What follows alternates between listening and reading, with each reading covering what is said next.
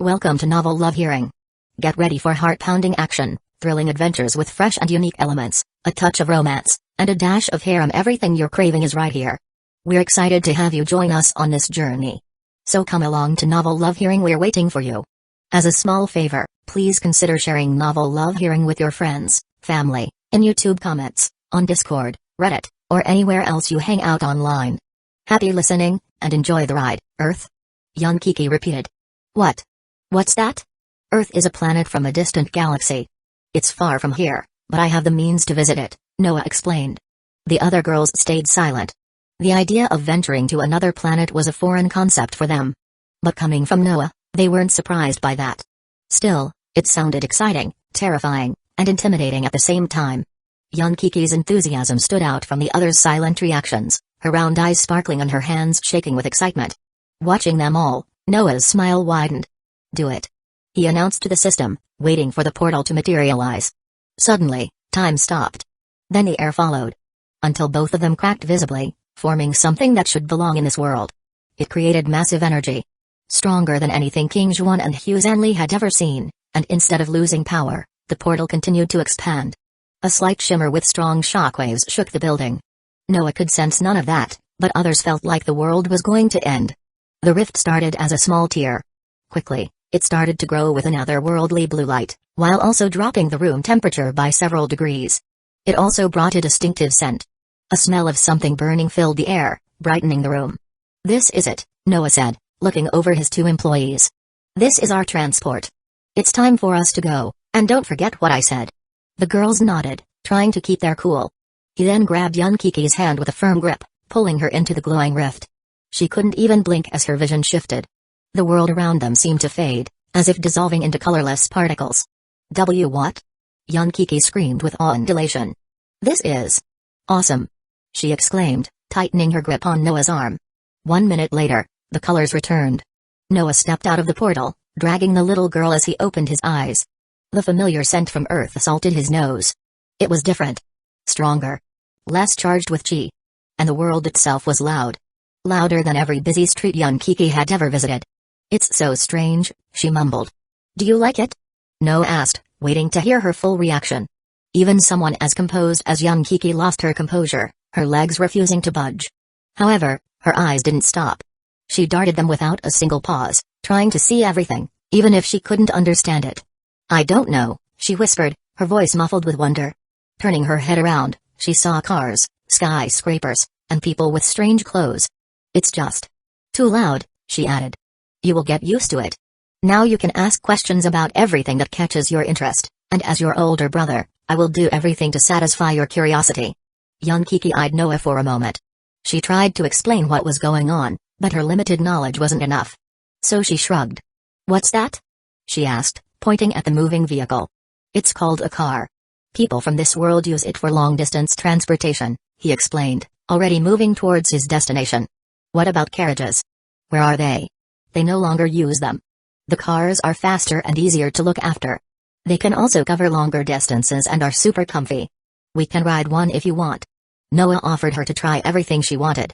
They spent the next hour or so riding the bus, entertaining themselves. To her, Earth was like a Rubik's Cube. A puzzle she had to unravel by asking as many questions as she could. Despite believing that he couldn't have fun on Earth, Noah couldn't help but find himself enjoying the moment. We need to get off at this stop, he said. Why? Kiki wants to explore some more. Let's just stay here for a couple more minutes, she pleaded. This is our destination. The place I was talking about. And who do you want to find again? She questioned, following him. Feeling his quickened heartbeat as he recognized the streets where he had spent his childhood, Noah answered with a chuckle. My sister. Chapter 47, Family Sister? Kiki repeated. You have another sister in this world? She sounded surprised. Not jealous. Not angry. She just wanted to know more about Noah. Yep. My biological sister is from this world, and I want to bring her into our world as well. But not for the full time. She has studies and other matters to attend to as well, Noah explained, still walking and remembering the unchanged streets. That's... Kiki trailed her words. That's amazing. If she is your sister, it means she is my sister as well. She was giggling, her white teeth showing from her wide grin. Hee hee. She kept snickering for a while. Her reaction was within Noah's expectations. He knew her well enough to predict that young Kiki would be thrilled to hear the news. "I think you two would like each other," Noah mused. Tee-hee. She laughed again. "What is she like? What's her name, and how old is she?" He shrugged. "She is stubborn, noisy, mostly annoying, cute sometimes. But yeah, I am sure you two will get along." Young Kiki lowered her brows. Then why wasn't she with you this entire time? You didn't treat her well, did you?" She made an assumption. Noah wanted to deny this claim and tell her that it wasn't his intention. But everything he wanted to say sounded like an excuse, and he hadn't come this far to protect his pride. "No, I didn't. I was a terrible big brother. And an even worse son." Young Kiki noticed his uneasiness, so she gently patted his back and spoke softly, acting like an adult again. "You must have grown, right? I am sure you have changed, gotten even better, stronger, and kinder. I am sure she will see that too." Her persistent confidence was the final push Noah needed. He smirked. "Don't get your hopes too high. I warned you that she is a troublemaker just like you." An anticipation could be felt from his voice. "Hee. I can't wait. I am so excited to meet her," she said, eyes deep with a burning spirit. "But what do you mean by troublemaker? Young Kiki isn't like that." Noah shook his head, locating the park where he recalled playing with Mia. "For someone who talks about herself in the third person, you don't sound convincing." She, however, stuck her tongue out at him. "Who knows? Maybe young Kiki is influenced by her big brother? You might be the biggest troublemaker among us." His hands were shoved in his pockets when Noah suddenly halted. He recognized the building before him. "This is it?" young Kiki asked upon seeing his unmoving figure. Noah grinned before answering. "Yep. This is the shithole I grew up in. Home sweet home." The apartment complex hadn't changed much. It just looked older, rustier, and weathered by the passage of time, but it still stood tall like nothing could truly affect it. Walking up the stairs, Noah paused. He felt the familiar scent of fried potatoes and heard an old television blasting a music show through the window. Young Kiki quietly stood by his side. Her eyes scanned the unknown world around her. Noah inhaled deeply and moved again, aiming to reach the third floor where his sister might be waiting. Where his father might be sitting, his hair filled with more gray. But suddenly, Noah heard a commotion. It was loud enough to reach him one floor below, allowing him to guess that it came from his home. Quickening his steps, he reached the metal door and pulled it softly. It was left unlocked. So he walked inside to hear the voices even louder. "I know you two are hiding him. Tell me where he is or give me the settlement money," a woman spoke rudely. It was the voice Noah could easily recognize. In the past, this voice could excite him, but the only thing he felt this day was nothing. Maybe a bit of disgust, and that's about it. He didn't care about her enough to even waste emotion on her. "Karen?" Noah said expressionlessly. "What the hell are you doing in my house?" This wasn't a question. It was a demand for the answer. Karen, his ex-fiancée, glanced back at him, her eyes showing surprise and expectation. She stood in the middle of the living room like she owned the place. Her perfume worked like armor, cold and suffocating. Then she flashed a smile. Wide. Fake. She was clutching her designer bag the same way young Kiki was hugging her teddy bear. Watching her, Noah realized something. She looks so ugly, he muttered, loud enough so everyone could hear him. Karen flinched. "Excuse me?" She blinked, her fake smile fading. But Noah had already shifted his attention. He found his sister first. Seeing her, he couldn't help but feel the guilt building up in his throat. Mia stood, arms crossed, her calm expression replaced with emotions he couldn't read. She wasn't a kid anymore. 3 years might feel like a lot, but it felt even more now that he saw her. Mia's pigtails and childish appearance were replaced by dark circles under her eyes as they told stories Noah hadn't been present to hear. His father, once a tall man with handsome features, looked older, smaller. This man was the first one to smile, his eyes watering. Before Noah approached them, he glanced at young Kiki and asked her, his voice calm. "Can you take out the trash?" The girl cheered with a malice that only a dangerous, troublemaking little girl could possess. She nodded, clasped her hands together, and took one step towards the woman. The air froze. Who is this child?" Karen asked, her voice cracking. Noah, meanwhile, had already neared Mia. The silence settled between them. It was full of something. Something deeply engraved in both of them. From up close, Mia looked both older and younger, just like he remembered. "Can I get a hug?" she asked suddenly, opening her arms. Chapter 48, Warmth and Offer. Hearing her voice, Noah frowned. Then, without hesitation, he stepped forward and threw his arms around her. It was a tight hug. The warmest and deepest expression of love humans could experience. "I knew you would come back," she murmured, her previously sharp voice softening with his touch. "Yeah," Noah muttered. He was awkwardly patting her back, embracing the warmth he was feeling. Mia pulled back after a while. She punched him strongly on the arm, just like when they were kids. "Don't you dare disappear again," she scolded, her reddened eyes proving how much this reunion meant to her. "I won't," Noah promised dryly. "Where have you been?" The father, Evan, suddenly questioned, nearing them both and forcing them into a second hug.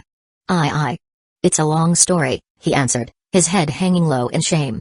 After the mother passed away 5 years ago, the family took it hard. Especially Noah, who, as the oldest child of the household, vowed to look after the family, but slowly drifted away. He had chased jobs, money, and love. And failed at all of them. Given the responsibilities he took, the distance wasn't intentional at first. But slowly, it became easier to avoid them. Seeing how his father struggled and Mia missing her mother put holes in his heart. "I was so immature. I abandoned them when we needed each other the most," Noah thought, regretting his past. However, now he had everything he needed to ensure that the same thing wouldn't happen. "I liked the manga you bought for me," Mia said, locking eyes with him. "And Dad is also enjoying the big TV. I think he has been watching sports games every night." Noah offered them the warmest smile he could summon. As a changed man, as a dimensional tycoon, and a being who governed the most prestigious shop in the universe, he knew what to do.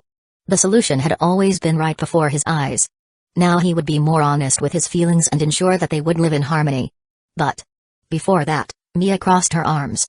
She began softly, her tone both curious and teasing. "So, who is she? Why did she come here and ask us to give her money? She didn't look like your friend." "She is his ex," the father guessed right away. "The one he planned to marry? That bitch?" Mia exclaimed, glaring at Noah. He, however, couldn't take this embarrassment and changed the topic. "Let's forget about her. She won't trouble us any longer, and I'm not planning to give her any money. I have more important matters to deal with you two." "Is it about the kid you brought with you?" Mia asked, curious. "There is no way she is your hidden child." "No," Noah could only deny when the entrance room creaked open. Young Kiki walked in, her short but swift movements masking whatever she did outside with Karen. "She won't cause any more trouble," she announced proudly, darting her eyes around the room. And when her eyes landed on Mia, she stopped. Then, without hesitation, she rushed forward and lunged at her neck with a wide, mischievous grin. "Big sister Mia!" she yelled, hugging her before Mia could even react. What?" "Strangled," she barely uttered. Mia had a bewildered expression on her face, glancing for help at Noah. "Who is this child?" the father asked, frowning. Young Kiki pulled back softly, still holding Mia's hand. "Big brother Noah told me about you. He said you are noisy and a troublemaker, just like me." "Really?" Mia said, narrowing her eyes. Suddenly, Noah felt a cold glare, and a chill went down his spine. Young Kiki wasn't done. Not yet. Young Kiki always wanted to have a big sister as well. "Now I have one," she said cheerfully, hugging Mia one more time. Her enthusiasm was like a plague. Her actions, words, and above all, the cuteness left Mia and her father stunned, wondering where Noah found such a strange girl. Especially since young Kiki spoke with a weird dialect and dressed like she had just stepped out of a historical drama. "Explain," Mia and Evan said simultaneously. Of course, young Kiki was just as talkative as always, not allowing Noah to say even a single word. "You must be father," she said eagerly, bowing deeply. Meanwhile, Mia was shooting him glares that screamed questions Noah couldn't find a moment to answer. "I met brother Noah in his shop," young Kiki decided to drop her lore. "I was alone, hungry, and dirty, so he decided to shelter me. But that's not the important part here." She paused, letting the listeners digest her words.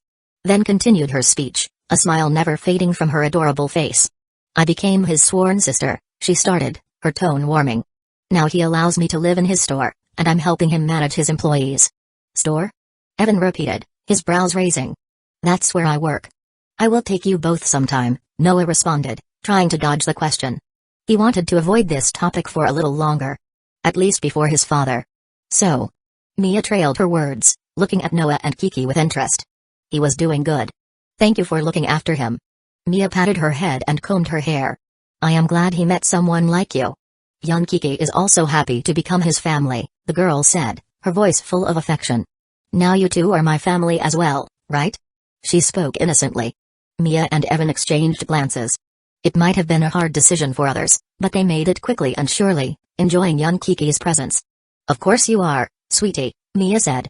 Consider me your older sister and tell me if Noah bullies you. Hee, Kiki giggled. She was in a great mood, and her laughter filled the room. The next few hours went just as Noah had dreamed about. It felt both warm and familiar, allowing him to relax. But then... Mia, can we talk for a minute? I want to see your mana collection, Noah lied, leading her towards her room. Dad, can you look after her? He said to Evan as well, leaving drowsy young Kiki with him. The man nodded. As for Mia, she followed Noah without a word. What's happening? She asked suspiciously upon entering the room. I have a favor and an offer for you, Noah said, his heart racing. I think you are going to love it. Chapter 49, Interest and Portal Offer? Favor? Mia exclaimed. What are you talking about? Is everything alright? Seeing her reaction, Noah couldn't help but laugh. You two are really alike, he mused, noticing connections between his sisters. Is it about her? You don't have to worry about anything, Mia tried to ease his mind. Shaking his head, Noah interrupted her. No, it's about something else. My job, to be exact. Silence fell. Mia's sharp eyes narrowed. You mean the shop you are managing? What about it? She questioned, trying to dig deeper. Noah leaned against the wall. He studied the room for a moment before answering. The shop. It's just a complicated matter. It's doing well, but I need someone like you. Someone who can understand and help me better than anyone. Suspicion crept into Mia's eyes. Noah, what are you not telling me? And is this something we really need to hide from Dad? The shop. Noah started, trying to find the correct words.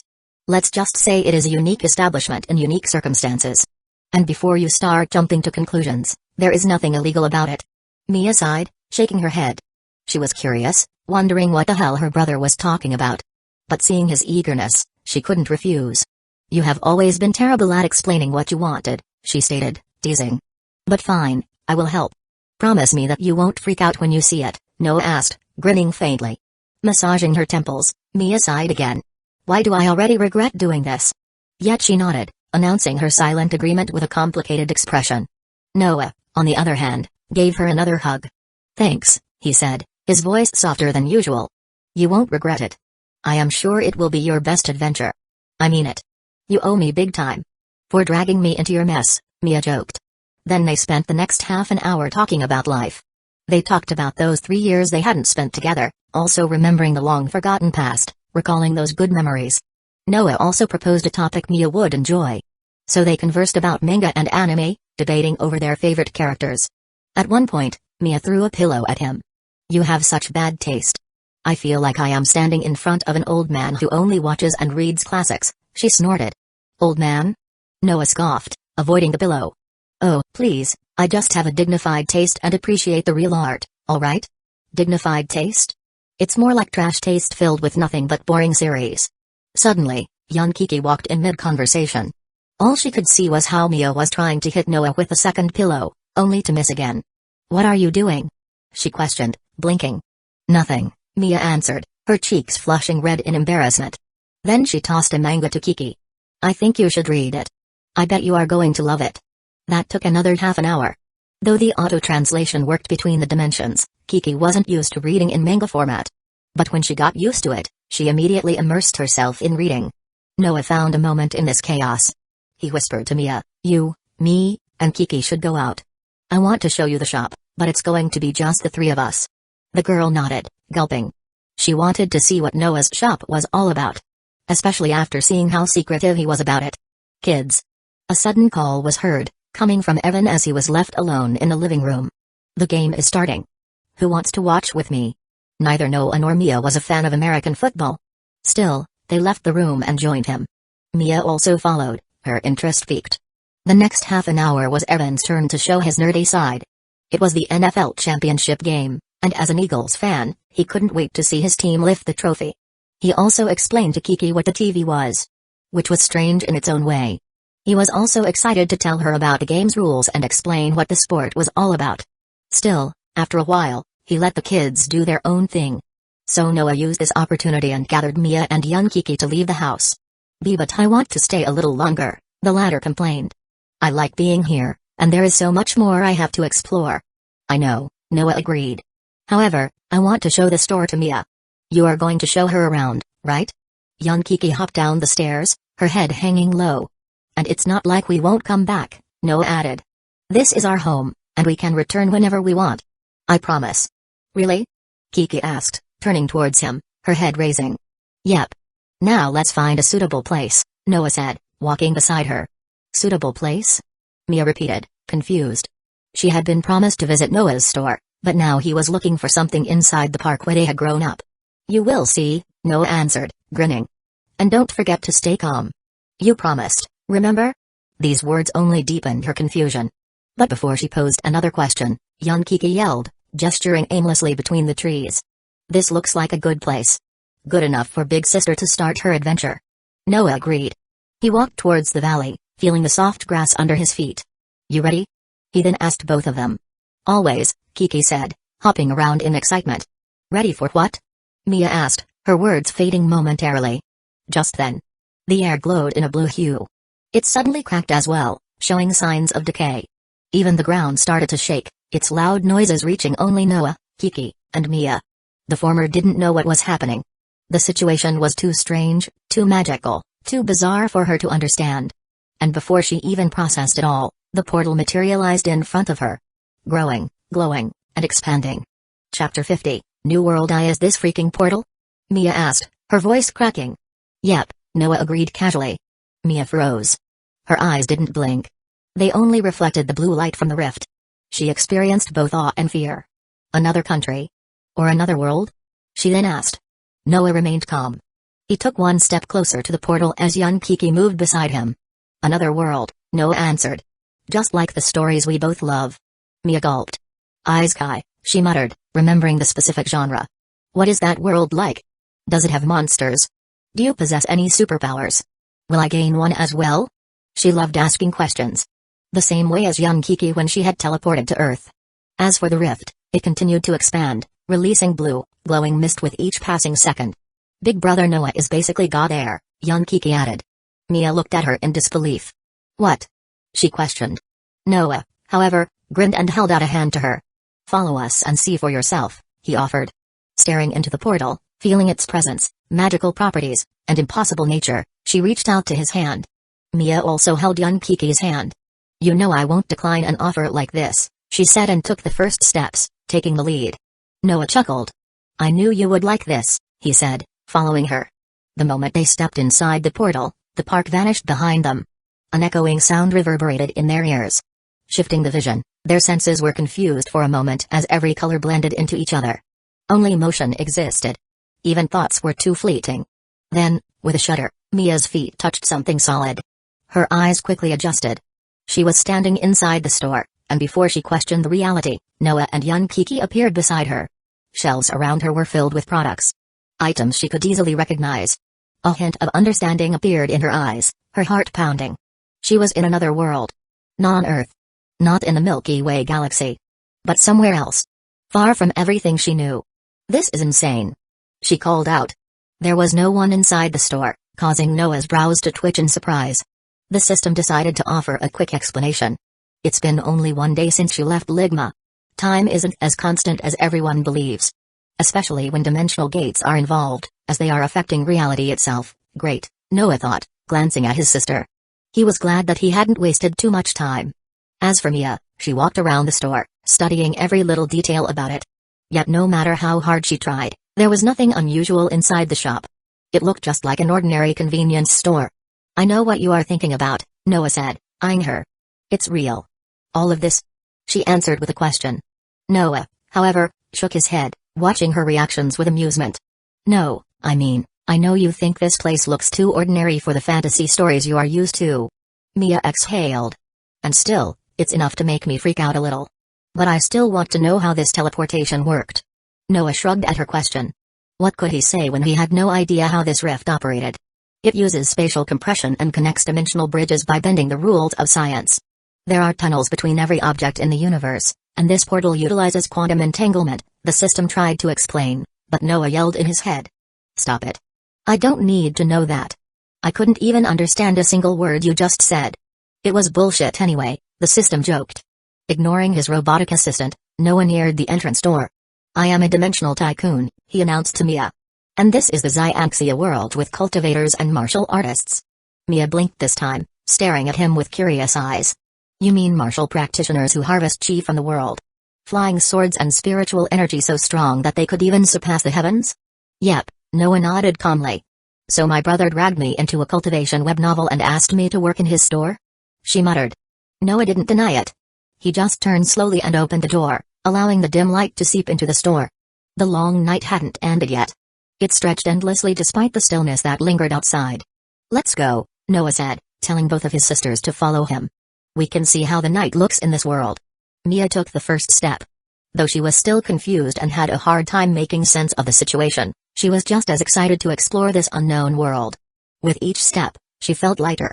Chi that existed in the store weighed her body, but after going outside, it started thinning. She was quick to notice this change. What was it? She asked, halting her steps. Noah narrowed his eyes.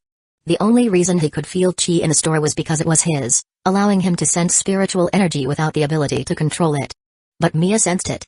It meant that she could start cultivating at any moment she wanted. Chi, he answered shortly, pausing. We will get to that later. Now, let me show you what Hollow Jade City has to offer. But we can't go too far. Mia nodded and walked between Noah and young Kiki. There were no signs of modern life she was used to, as wide streets were paved with rough stones and traditional buildings glowed in the darkness. Instead of wires and street lamps, lanterns lit the roads. Some shops looked strange as well. They had wooden signboards, advertising elixirs, herbs, and spiritual products. Things Mia had believed were part of the fantasy only moments ago. To her, it felt like the pages of Xianxia novels came to life. And before Noah decided it was time to go back inside the store, soft footsteps neared them. Who is this? Mia asked, her heart falling to her stomach. Noah shrugged. He didn't know who the person was. Only that someone walked in their direction in the middle of the night. Chapter 51, Story. Mia's breathing quickened. She didn't like the idea of encountering someone in this unknown world. Especially in the darkness, with no one around. But then she remembered something, glancing at Noah with high expectations. Kiki said that you are practically a god in this world. What does that even mean? We should be safe, right? She asked, her eyes sparkling. Nope, Noah answered casually. I am god inside my store, not in this world. Not yet, at least. Mia's shoulders slumped. What are we going to do, then? What if it's some young master who wants to kidnap me? Young Kiki giggled on the side. I have spent countless nights sleeping outside, she said, trying to calm Mia's nerves. And look at me, I am completely fine. Not everyone is scary and bad in this world. Hearing her explanation, Mia sighed. Now she realized what kind of emotional states protagonists had to go through after transmigration. To keep her cool, she breathed in, vowing to become stronger, braver. Meanwhile, Noah stood in front of the girls, waiting to see who or what would come out of the dark corner. Time passed, and the footsteps grew louder. There was no other sound in the darkness, making the situation even eerier. Just then, the last remaining sounds disappeared. They were quickly replaced by a voice, speaking in a low, informal tone. Fang Fan, Noah said, looking at the cultivator before him. What are you doing here? The man bowed. Not once, not twice, but thrice. It was awkward for Noah, but he smiled faintly, waiting for Fang Fan to give his explanation. There are rumors in the city. They don't mention who did it, but they talk about a mysterious merchant who purchased the entire Blooming Iron sect. It was you, wasn't it? I can't imagine anyone else doing it. He spoke confidently, nodding towards Noah and his companions as well. It was me, Noah answered indifferently. I wanted to talk to you about that. Follow me. Fang Fan didn't question him immediately. He just lowered his head and walked behind him. Who is he? Mia whispered to young Kiki, curious about the stranger's identity. He is someone who works for Brother Noah. He is managing the sect he created, to be exact, Kiki explained, her voice carrying a hint of reverence. Mia narrowed her eyes. She hadn't expected Noah to be a sect master as well. And what exactly was the Blooming Iron sect's purchase about? There was still a lot she didn't know about Noah, but each discovery she made deepened her curiosity and surprise. The walk to the store wasn't long. As soon as they walked inside and closed the door, Fang Fan asked instantly. What are you planning with them? Noah coughed before starting, observing Mia from the corner of his eye. They would join the Fatless Order. I've already discussed it with them, and once the leader convinces the others, everything will be ready for the merging process. Fang Fan remained silent. He spent the next 20 seconds considering and digesting Noah's words. It wasn't a small feat. But a being before him spoke like it was nothing, as if acquiring long-lasting sects and controlling them was his pastime. The building process is going well, he said, changing the subject. I am not in a hurry. You can even wait for them to join and help you. It will speed things up, and you'll also have access to their resources since I'm leaving them in your hands as well. The man nodded. He had no reason to refuse. All he felt towards Noah was reverence and gratitude for his kindness and help. But there was something else. Something that he hadn't forgotten and worked toward whenever he had the chance. It was his revenge, his desire to punish those who wronged his family. However, Fang Fan said nothing about his progress. He didn't want to trouble Noah any more than he already had. So he clenched his fist in silence. Noticing how he acted, Noah guessed why he remained quiet, but instead of offering a solution, he said to the man, his voice steady as always. Take more from the store. I am sure you and the order need more. Don't be shy, keep practicing, and wait for the bald boy to visit you. Fang Fan did as he was told. Kiki and Mia helped him pack everything into his spatial ring, allowing him to leave with enough products to last another day or two. After the cultivator left, Mia approached Noah. Now I need more explanation. Tell me everything that happened, and I need to know, she demanded, her arms crossed. Sure, Noah agreed. Then he spent the next half an hour retelling his adventure in this world. He talked about how he had started with a crude stand and evolved it into the store where they were standing right now. Noah also mentioned his customers, who turned into his employees. Kiki shared the story of their first meeting as well, describing it as a fate-defying encounter. Every time Mia tried to question Noah about the system, he skillfully dodged her piercing gaze, hiding the fact that the system even existed. Having read countless novels and manga before, Mia understood the situation and kept her mouth shut. After Noah told her everything he had to go through, she smiled. Sounds tough, but I am glad everything worked out for you, she said, trailing her words for a moment. But if you can't cultivate, does it mean I can't either? Nope, Noah reassured. Follow me. Mia squinted her eyes, guessing that she was going to sign the contract Noah had just mentioned. Meanwhile, Kiki hopped around her. She was excited because of Mia's presence, happily acting like a guide in the store. Bouncing inside the room, she spun to face Mia with a bright smile. Da-da. What do you think? She asked. Mia froze in the doorway. The hall was big and all, but the glowing runes inside the contract room quickly caught her attention. Noah was just as excited as she was. He was about to complete a mission that would reward him with a mysterious room. Chapter 52, Cultivation. Sure, the thought of finally completing the mission and receiving a mysterious room gave Noah a sense of satisfaction. But that wasn't all that mattered to him right now. Watching Mia and Kiki interact made him feel something deeper. It started with relief. Standing together with her after so long lifted the biggest weight from his chest. Reunion. Something that meant more than any mission ever could. Let's make things official, he said. Go ahead, Mia answered. I believe in you. Noah said nothing. He let her sign the papers, allowing the room to tremble with a glowing light. Brace yourself. You might lose consciousness, he warned. Mia crossed her arms. Why are you telling me this now? Suddenly, the ancient light from the wall surged toward the papers and moved to envelop Mia. She, however, stood completely still.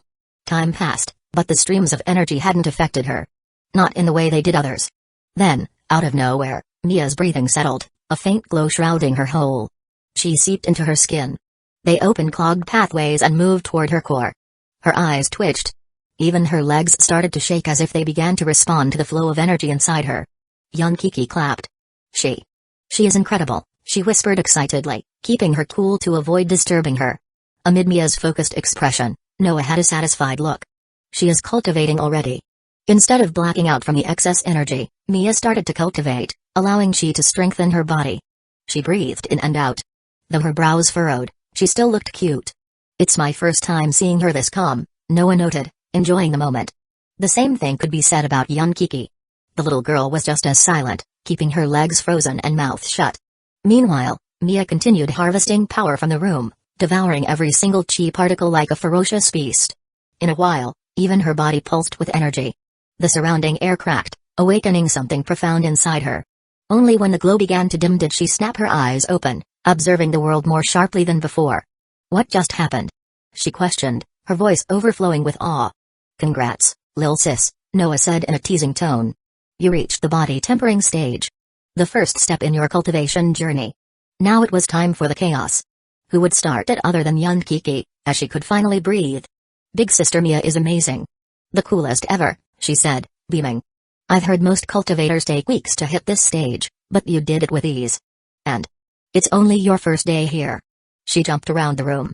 Her happiness was plain to see, alleviating the emotions Mia was feeling.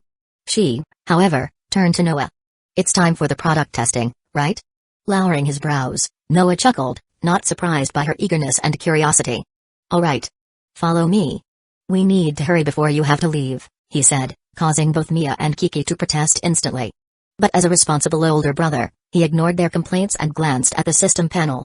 Mission: get 5 employees, 5 out of 5, reward, 25 Tycoon point, mystery room. It was only the beginning. He also wanted to see how Mia's status window looked. Staff overview, part-timer 001, Mia Stark, stage, body tempering, 17% out of 100%, loyalty, 97%, sales instinct, E, potential, F, spiritual sensitivity, S, combat potential, SS, status, eager, favorite product, last task completed, signed the contract. Note, the subject can't be punished. Reading her panel and noticing the differences, Noah's smile deepened. S for sensitivity and SS for combat potential? He thought, thrilled to see what kind of progress she could show in the future. "Looks like you have some hidden potential," he said, waiting for her reaction. Young Kiki spoke first. "I knew it. There is no way she would have average talent. I bet she can soar to the heavens," she announced eagerly, hugging her sister tightly. As for Mia, a spark of determination appeared in her eyes. "Guess I have to help you now. Who else but me can aid my precious big brother?" She spoke sarcastically, causing both Kiki and Noah to roll their eyes. It was a challenge. It was born from her playful pride. However, knowing what his products could do, Noah wasn't worried about who was helping whom. So he led the way, his arms folded behind his back. Noah was reading something. Something transparent that hovered in front of him. Of course, it was a description of the room he was granted. Bonding room, description, a quiet chamber with walls that allow spirit beasts to cultivate features, adjust aura type to match beast species, suppresses beast aggression customizable, aura light, wall color, spiritual pressure, rarity, unique. Noah chuckled to himself after reading it. He remembered a small fellow that still rested on his bed, increasing his expectation of meeting it. But this room wasn't beneficial only to him. It was directly connected to the door, so he could easily take his customers there, which would help him attract more clients and increase his revenue. To prove his point, the system chimed in as well. "This room will be great for you. It would allow you to nurture spiritual beasts. And it's not limited to the creatures native to this world." Noah raised an eyebrow. Surprised not by its effects, but by the system's willingness to offer him an explanation. It wasn't the end, either.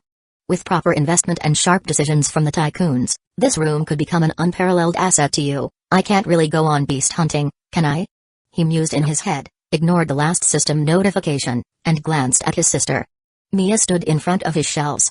She was contemplating what product to test first as she listened to young Kiki's long and detailed explanations. Everything looked normal to her. However, after cultivating for the very first time, she knew that everything was possible in this world. Let's start with Chapter 53, System. Let's start with. Mia started squinting her eyes. It felt like a tough decision to make because she wanted the first product to be memorable for her. "What are you two suggesting?" she asked, expecting their help to make up her mind.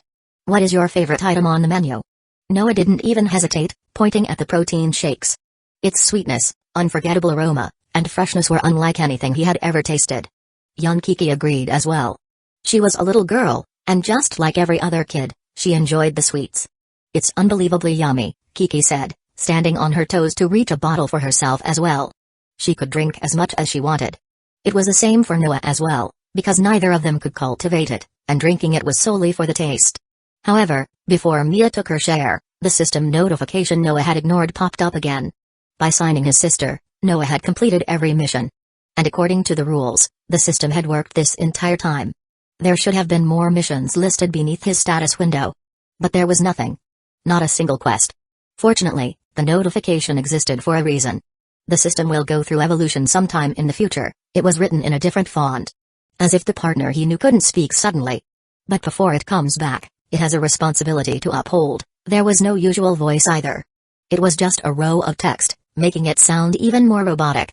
Is it some kind of replacement? Noah thought, considering the situation. Or is it weakened because of something? He didn't know what was going on. But at least the main system features still worked, allowing him to search through the products section to add one more item on sale. Noah also wanted to let Mia try a completely new product. "Wait for a moment," he announced. "I have an idea." "What is it?" Mia and Kiki asked simultaneously, eyeing him suspiciously. I want to let you choose the next product on our menu. Think of something that can sell well in this world. One you would like to use yourself. Kiki, you help her as well." Hearing this, both of them exchanged glances. Then they turned back on Noah, exclaiming, "Really?" Young Kiki started. "I want friends for Senior Bao. I don't want him to feel lonely." Mia had her wish as well. "I want a punching bag," she announced eagerly. "To train and strengthen myself." Noah didn't know why, but her words sent a chill down his spine. It sounded threatening, as if not meeting her condition meant he'd be the one taking the hits. So he gulped, looking at the sky dejectedly. Then he looked at the younger girl. "Senior Bao has you, me, and Mia as well. There is no way he can feel lonely." "But..." Kiki tried to argue, but Noah cut her off, pointing at the older girl. "Why do you want a punching bag in this world? I can just assign sect members to help with your training." He scolded both of them. "Try to think of something that everyone can enjoy. Something we can sell," Noah added, expecting better answers. However, contrary to his expectation, the girls continued giving absurd requests. They had countless demands, deepening Noah's disappointment each time, not allowing him to make a correct choice in peace. "Stop," he said suddenly, glaring at them. "What?" Kiki asked innocently, lowering her head in shame. "You don't want to add surprise frog capsules?" "He hates fun," Mia added, locking eyes with him. Noah shook his head, sighing. After the customization feature was implemented in the system, he could find a lot of things in the Tycoon store. Though most of them remained locked and irked him, there were countless options to choose from. Yet, everything they said was either overpriced, useless, locked, or simply didn't exist. "At least I have 41 Tycoon point," he remembered. This allowed him to purchase additional products, add more floors or rooms, and even customize the building even more. Because Mia worked only as a part-timer, there was no need for another bedroom. But items that could decorate or improve the store were necessities. "Let's just get this over with." Noah decided to start with a new product to give Mia a taste of what his shop had to offer. So he browsed through the options. The search turned out to be harder than he thought. It took him 5 minutes to find something interesting, then another 2, as it kept his mind occupied. But looking at young Kiki and her bright expression, Noah's lips instinctively curled into a smile. "Thanks," he said to the girl. "You gave me an idea." "Really? What is it?" she questioned, hugging his leg. Tell me, what is it?" Noah said nothing. He tapped the purchase button on the screen and waited for the magic to unfold. Time ticked by, and the shelves remained unchanged. There was no air cracking. Nor did the building begin to shake.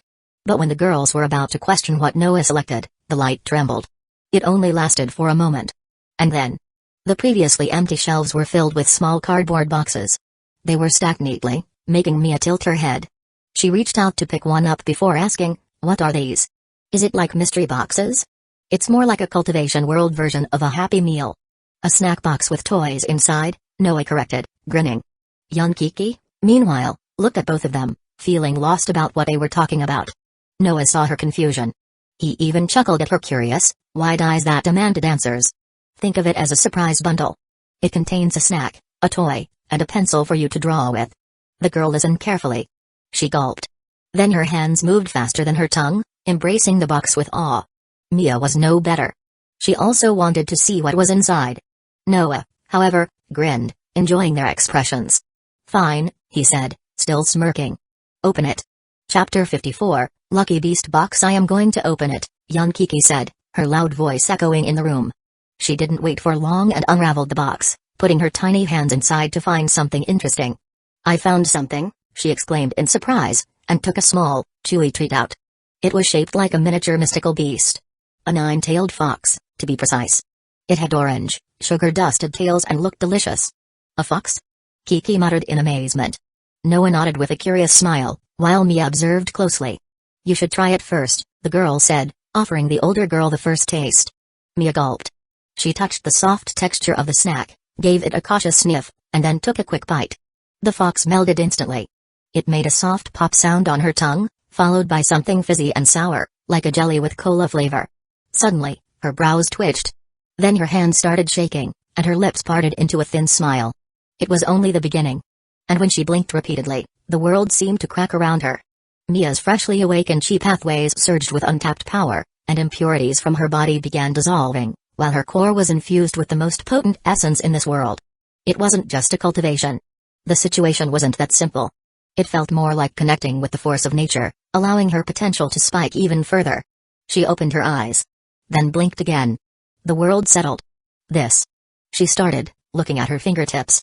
This was incredible. As if I leaped. A long leap towards something far beyond human capabilities. Young Kiki stared in awe. So cool, she said, her eyes widening. Noah smirked, standing beside them. I knew it would be good. But even I wasn't sure what it could do. Guess I sell jelly now. Mia exhaled sharply. It's not just any jelly.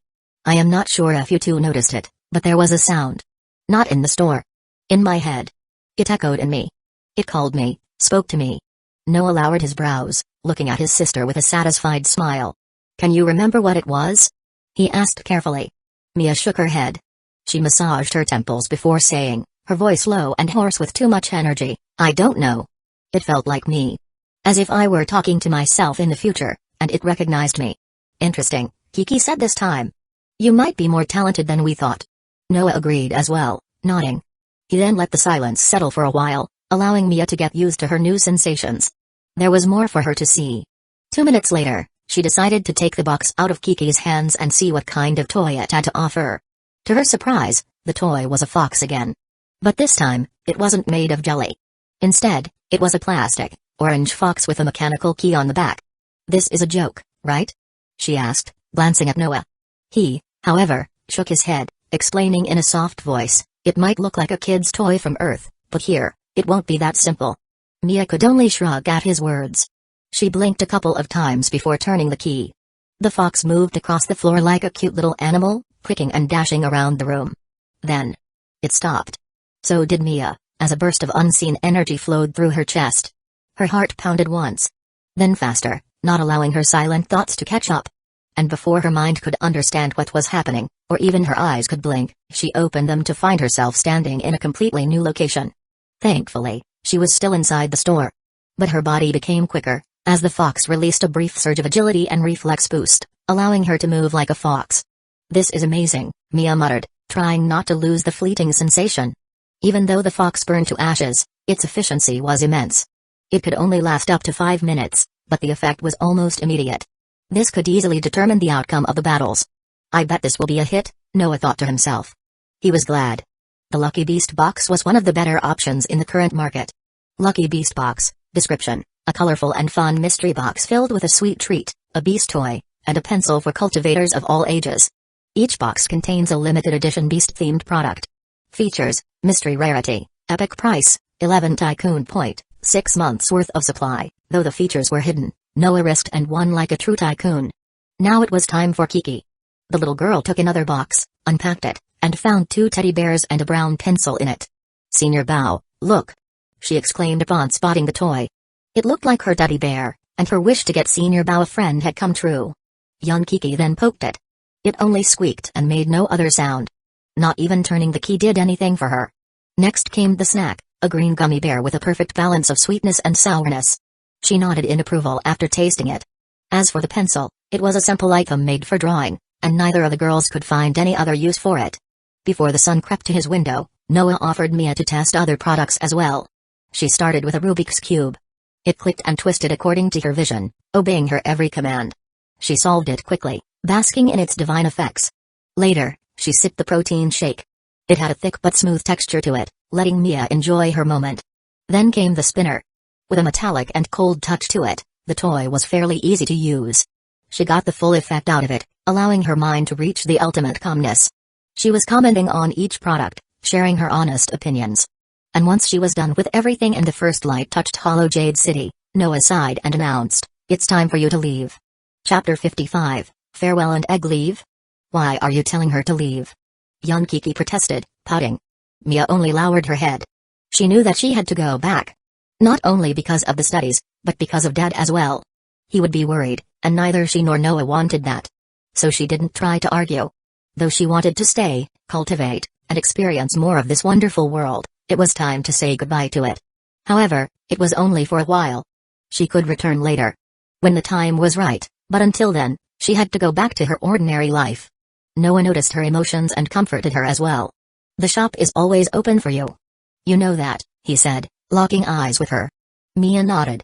I know, she said, pausing to find better words. But everything feels so surreal. I am afraid that it will all disappear. She wasn't only talking about the store. She meant Noah and a reunion, too, her face saying it all. Seeing this, Noah patted her head, grinning. I missed her sulking, he teased, squishing her cheeks. Mia was shy. She wasn't used to experiencing affection from her brother, and her cheeks flushed red from embarrassment.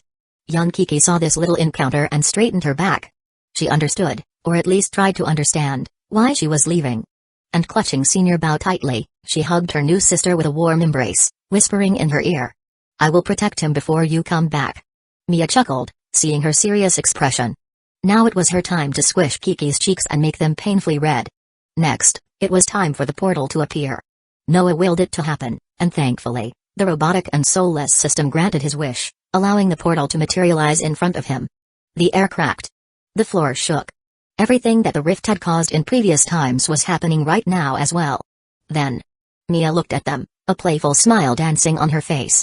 There was no sign of sadness or embarrassment on them as she hopped inside the portal, disappearing inside. Just like that, Noah thought, sighing. She is gone now. Young Kiki had reached out to his hand before Noah even knew it, looking up at him with an adorable expression. For a while, neither of them said anything. They just exchanged a silent glance. Suddenly, the little girl's mouth opened in a yawn as she had spent the entire night awake. I am such a bad guardian, he realized, his voice deepening. Go and sleep. Now. He called out, pointing at the hallway. Kiki blinked at him. Thankfully, even her infinite energy seemed to run out, and she nodded in exhaustion, heading towards her room. Noah liked her attitude and went to his own chamber. He left the entrance door unlocked, so King Juan and Zhu Hanli could just walk in and start their shift. The first thing he noticed in his room was a familiar little egg. It still rested on his bed, unmoving. There was no visible change in it, as if the little fellow would never leave its home. Let's see how our new room looks and if it can help this little pal, he considered, walking out of his room. Just wishing to step inside his mysterious chamber and open any door in his building was enough, allowing Noah to reach it with ease. Hell, this place is huge, he thought inwardly. It was a vast place with a calm, relaxing atmosphere. Not only were the walls pretty, they also had a nice, sweet scent to them, making his thoughts flow faster. It was so peaceful and refreshing that even Noah felt that nothing could anger him. The bonding room didn't only have walls for its name. Noah could customize aura light, spiritual pressure, and even mana potency. It allowed him to create perfect environments for each spirit beast and ensure their maximum comfort. The chamber had no cages. There was no need for them, but there were small spaces that looked like a separate dimension for each creature to live in. Now, he muttered, tapping on the egg. You will stay here until you hatch. The mana-hungry creature didn't move. However, the mana that Noah added in this personalized space pulsed before surrounding the egg. Then, out of nowhere, it started devouring mana like it was air. Minutes passed by, and no matter how many particles moved in its direction, the little fellow didn't stop. It was greedy and powerful. Noah could tell that much by observing the sheer amount of energy the egg was consuming every second.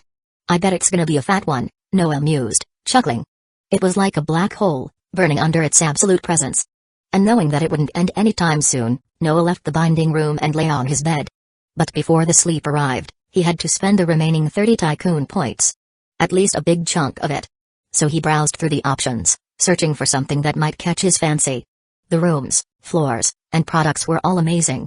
Yet, Noah wanted something more. Though his progress was astonishingly fast, his wealth had reached 3 digits, and his ability to earn more improved every day, Noah still wanted something more. Something that would alleviate his dimensional tycoon status and allow him completely new things. Fortunately, he found options that did exactly that. Perhaps even more. Its name was Crossworld License, and it was a permit that unlocked access to a branching mechanism. By obtaining this license, Noah could open branches in different cities. Though the physical shop would remain in Hollow Jade City, it would allow people from all over the world to stumble upon it anyway. Unfortunately, this great deal was still locked for him. Noah couldn't buy this license. But not all hope was lost. There was one more permit he could buy with the same name and qualities. However, instead of reaching the entire planet, it could only cover the Black Flame Empire, limiting his range and potential customers.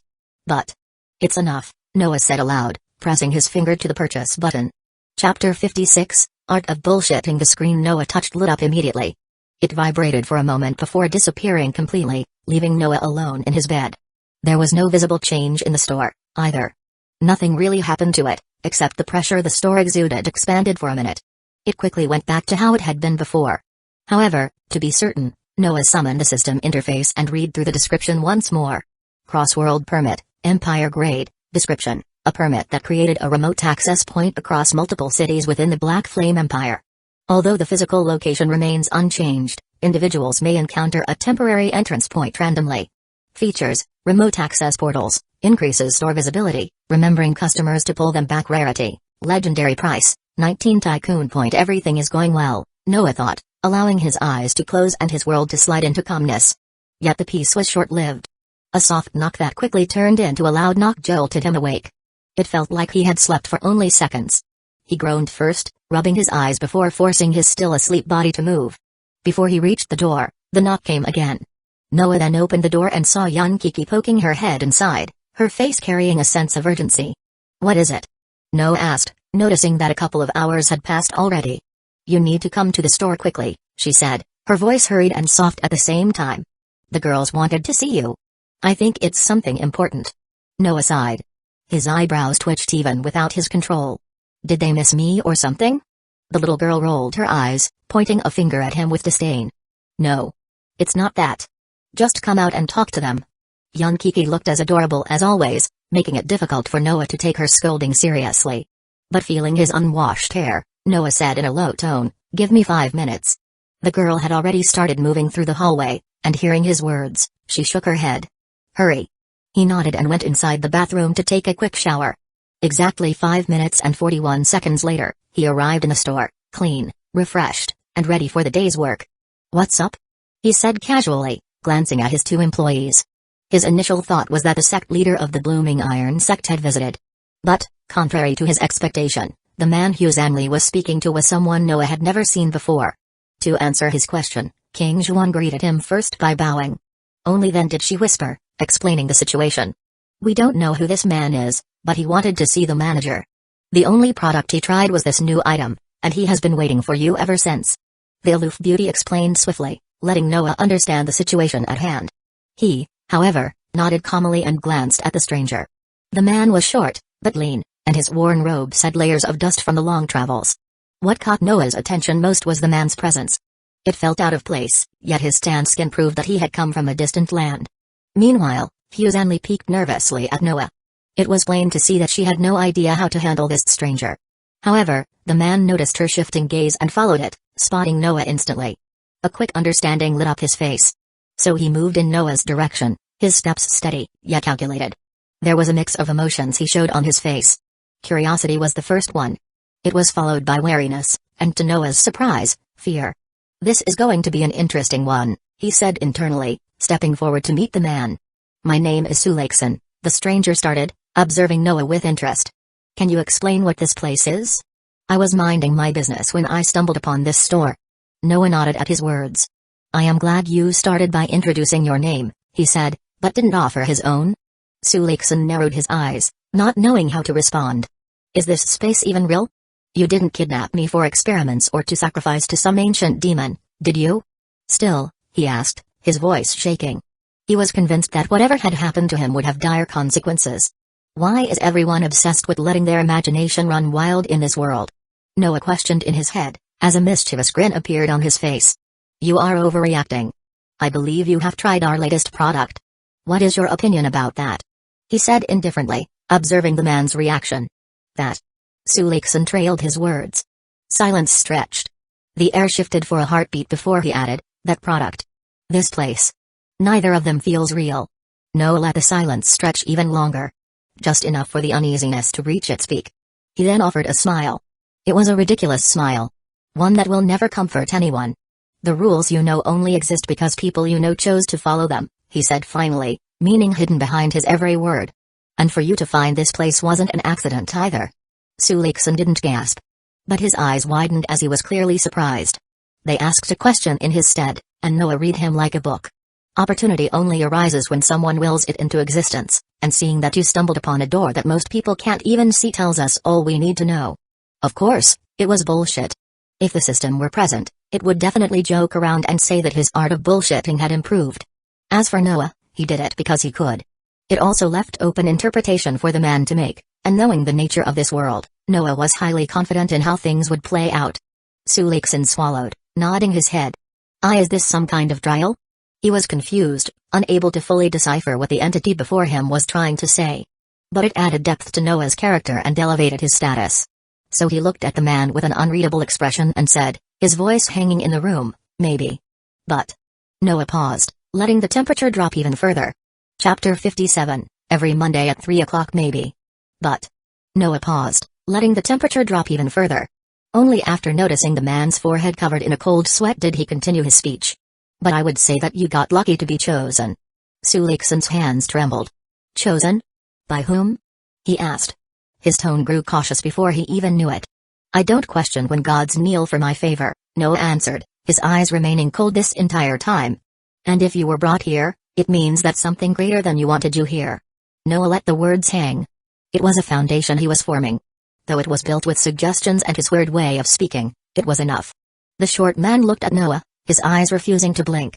However, there was something different about him. The way he carried himself and observed Noah had changed. It seemed more reserved. As if fear of someone who was a greater existence than him gripped his heart. Even his hands remained on his back. Not because he wanted to draw a weapon, but to steady his quickened breathing. Then, without saying a single word, Noah moved towards the shelf, ignored the girls around him, and took something from the shelf. Take this and use it when you leave this place. The man narrowed his eyes, staring at it and then back at Noah. He reached his hand to take a packaged fidget spinner, expecting a chi-imbued artifact that would shift his perspective on life with a single touch. That didn't happen. Not even close. The toy was cold at most, not meeting his expectations. However, Su didn't dare show or even feel disappointed, and sensing there was more than met the eye, he simply nodded. Noah stood still for a moment.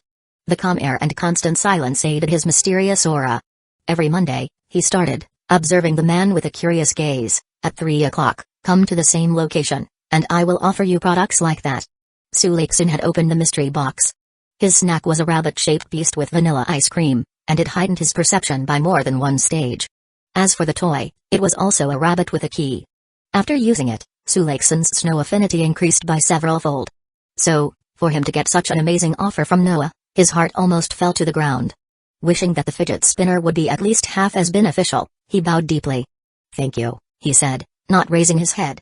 Noah, on the other hand, looked at the scene with amusement. He remained quiet for a moment, letting the man show his submission before gesturing for him to straighten his back. Sulekson obeyed immediately. He was easily convinced, as everything he had experienced so far proved that his situation was beyond anything normal. He also noted something in his heart. It was a vow to himself to never forget the time of the appointment and always show up on time. Turning the toy in his hand, he waited for Noah's next instruction. But the being before him seemed uninterested. As if his very existence was a bother for him and he needed to scrum before it was too late. I will leave for now, he said, glancing at everyone present in the room. His first target was the little kid who couldn't stop in one place for even a second. Young Kiki moved around with a playful expression, as if searching for something to destroy. The girls were slightly younger than he, but both of them looked so beautiful that Sulekson couldn't help but steal silent glances at them. He ended with Noah. An entity who spoke and acted casually, as if even the world would obey his every command. Su remembered Noah saying a thing about gods kneeling to him, and it sent shivers down his spine. Gulping, he neared the door and left, hoping that 1 week would flash through quickly. Noah, however, had observed his distant figure with a smile. He was thinking about the appointment he had made, considering how it would shape his future and how he should use it in the most efficient way possible. I have read someone doing this before, he remembered a specific book. And I have always wanted to host such a meeting as well. As he was pondering what his hidden name should be, Noah felt someone tug at his pants. What's up? He asked, noticing young Kiki's eyes that were filled with expectations. Big sister Mia, she said, her voice loud enough for the girls to hear. I miss her. When is she going to come back? Noah sighed. He could perfectly understand and even sympathize with what this little girl was going through. He, too, wanted to spend more time with her. But given the circumstances, he knew it wasn't that easy. Thankfully, it wasn't like they had to wait for long, as the afternoon was already around the corner. Let's wait a couple more hours, and we can bring her back. How does that sound? He said, trying to cheer her up. It worked. Young Kiki beamed, and much to his surprise, she began dancing as well. Meanwhile, King Juan and Huzanli watched the scene with excitement, their eyes communicating in silence. Processing the news wasn't hard. But they wanted to know more. Considering who Noah was, his sister should have been just as divine, just as unfathomable. They were preparing themselves to meet someone extraordinary when the entrance door creaked open, revealing a bald young man. It was Chen Hao, and he looked somewhat stronger. Even his surrendering aura had changed, giving him a completely new look. Yet Chen Hao wasn't alone. Leader Weier was with him, accompanied by other guild elders who came to finally seal the deal and begin migration with the Fateless Order. "It's starting," he muttered inwardly and grinned upon seeing them. It was time for his influence to reach even greater heights. Chapter 58, Spirit Beast Training. It was Noah's first time seeing Chen Hao after the contract ceremony.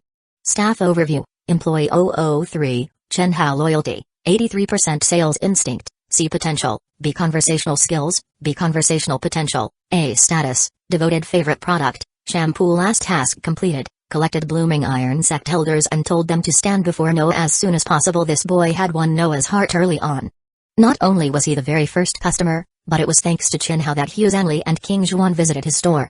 It allowed Noah to attract more customers and also gain 2 loyal employees. Now, Chen Hao led his previous sect leader to Noah and brought other elders with him as well. Not everyone could do this. Though the boy lacked in the hair department, he had a pair of steel balls, and it was enough for Noah. "Good afternoon," Noah announced to the guests. Leader Weier had the leading position, and he was the first one to bow. "Greetings to the honored one," he said, standing in front of Noah and gesturing to the elders behind him. "I've kept my promise. They are now willing to work, practice, grow stronger, or even die under your care." Noah listened to him without moving. He didn't even blink for a long time, as if judging his products, not humans. "It all depends on how useful you will be," he said indifferently, not even caring about their reactions. "But I am glad to see you kept your word." Leader Weier acknowledged his words. Elder Jin stood beside him, his eyes narrowed with conviction. Elder Xing was observant as always, but contrary to previous times, he too looked like a man whose view had been altered. It wasn't only about the rice and its return after they vowed to join him.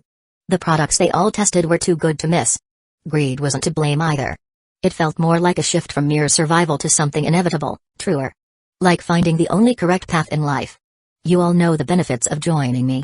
However, my sect is still fresh, and it still needs your help. So, you will build it yourself. From scratch. Together. To make it a better home than you have ever had."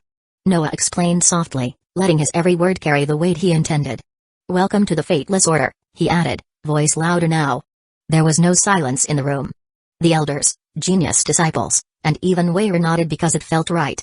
No one forced them to, but Noah's commanding status, his authority, and station made them believe that this was something they had to do. The formalities were done. Now it was time for the actual merging process to start. For that, Noah required Feng Fan to appear and guide them through the process. Though Noah could send everyone and explain the order's location, it wasn't how things should be done. As a representative, Feng Fan knew and had to look after them. So Noah pointed at Chen Hao. "I have a task for you. I have a man working for me who will be representing my words. But he is still working hard for the sect and its well-being. Go and bring him here. He will recognize you." The bald boy nodded. Noah then explained the location and told him where to go. 1 minute later, Chen Hao was already gone, leaving Noah standing in front of his new members as all of their gazes kept landing on him. If it were him 2 weeks ago, it might have caused him to lose his bearings. He might have even stuttered and stumbled over his legs. But after everything Noah had been through, this was a small matter, and just because everyone wanted to know his next move, he wouldn't lose his cool. "I am sure, if not all, most of you have at least one spirit beast," he said and paused. It was part of his nature to let the words linger longer than was necessary. However, it was an effective way of communicating, allowing Noah to create more turmoil amongst the crowd. Only after seeing that no one had anything to add did he say, "Follow me. I have a surprise for you." People exchanged glances, including King Zhuan and Huanli. It happened because Noah gestured at them, letting them know it was okay for them to come as well. Just like that, 7 grand elders, an old sect leader, and the 20 strongest disciples walked behind him. Only Yan Kiki dared to move beside him. Her status and identity remained unclear, sparking more than one controversy among the crowd. Noah then opened the exit door. In most cases, this door led to the hallway. However, now that he willed to arrive in the bonding room, the building complied with his orders. "Wow!" Yan Kiki exclaimed. Only she showed her surprise and excitement, while others did their absolute best to suppress it. The room was so vast that 20+ people easily fit inside. It felt like a completely new dimension, and its endlessly stretched sky seemed to prove it. "What is this space?" Weier asked carefully. Noah didn't even glance at him. "It's a binding room. You can strengthen your spirit beast's current strength and boost their potential. Silence fell. Except for young Kiki, who was running around the room, trying to catch up to the clouds that lingered close to the floor. Everyone else remained silent for a moment. A room that could increase the beast's stage sounded plausible. And even though it would be the sect's biggest treasure, it wasn't far-fetched for such an amazing chamber to exist. But a room this vast to even increase the beast's potential was simply unheard of. No one questioned Noah's claims. But they all waited for his approval, so they could summon their beasts and see for themselves. But before that, Elder Jin noticed something unusual. It was a small egg, resting in a quiet corner of the room. And something that quite didn't look like chi stirred in its direction, making the space around it tremble to the limit. Chapter 59, Bond. The longer Noah's guests stayed in this chamber, the easier it became to notice the egg. It was enveloped in a misty cloud, deepening the pressure as it continued to expand. What is it? Elder Jin asked. He was the first person to notice it, and his interest was piqued. The egg clearly belonged to a beast. But there was something off about it. Not only was it devouring energy with unprecedented greed, but the energy itself was mysterious on its own. It had unique properties from chi. A denser, foreign force that had more structure and patterns, differing from chaotic states of chi. It was much heavier as well. That's not chi. A quiet frown escaped Elder Jin's lips. Wei heard it and saw the disturbance in the air, his eyes narrowing as well. It's not from this world, he guessed. It's too cold, too alien for that. Soon, whispers broke out. No one could tell what mana was, but they all could feel how it bypassed their danchan and stayed outside of their senses. The egg. It's devouring something else. What about chi? Why is there so little of it? Noah, however, ignored this commotion, his eyes scanning the elders and disciples gathered around. This egg isn't from your world, he answered Elder Jin's question. It was born in a realm ruled by mana, not the chi you are familiar with. Mana. That was a foreign, unnatural word for everyone present in the room. Then, Noah got an idea. He immediately controlled the space and added chi around the egg, observing how it would react. It continued absorbing mana and remained unfazed for a while. Yet, out of nowhere, the egg pulsed violently.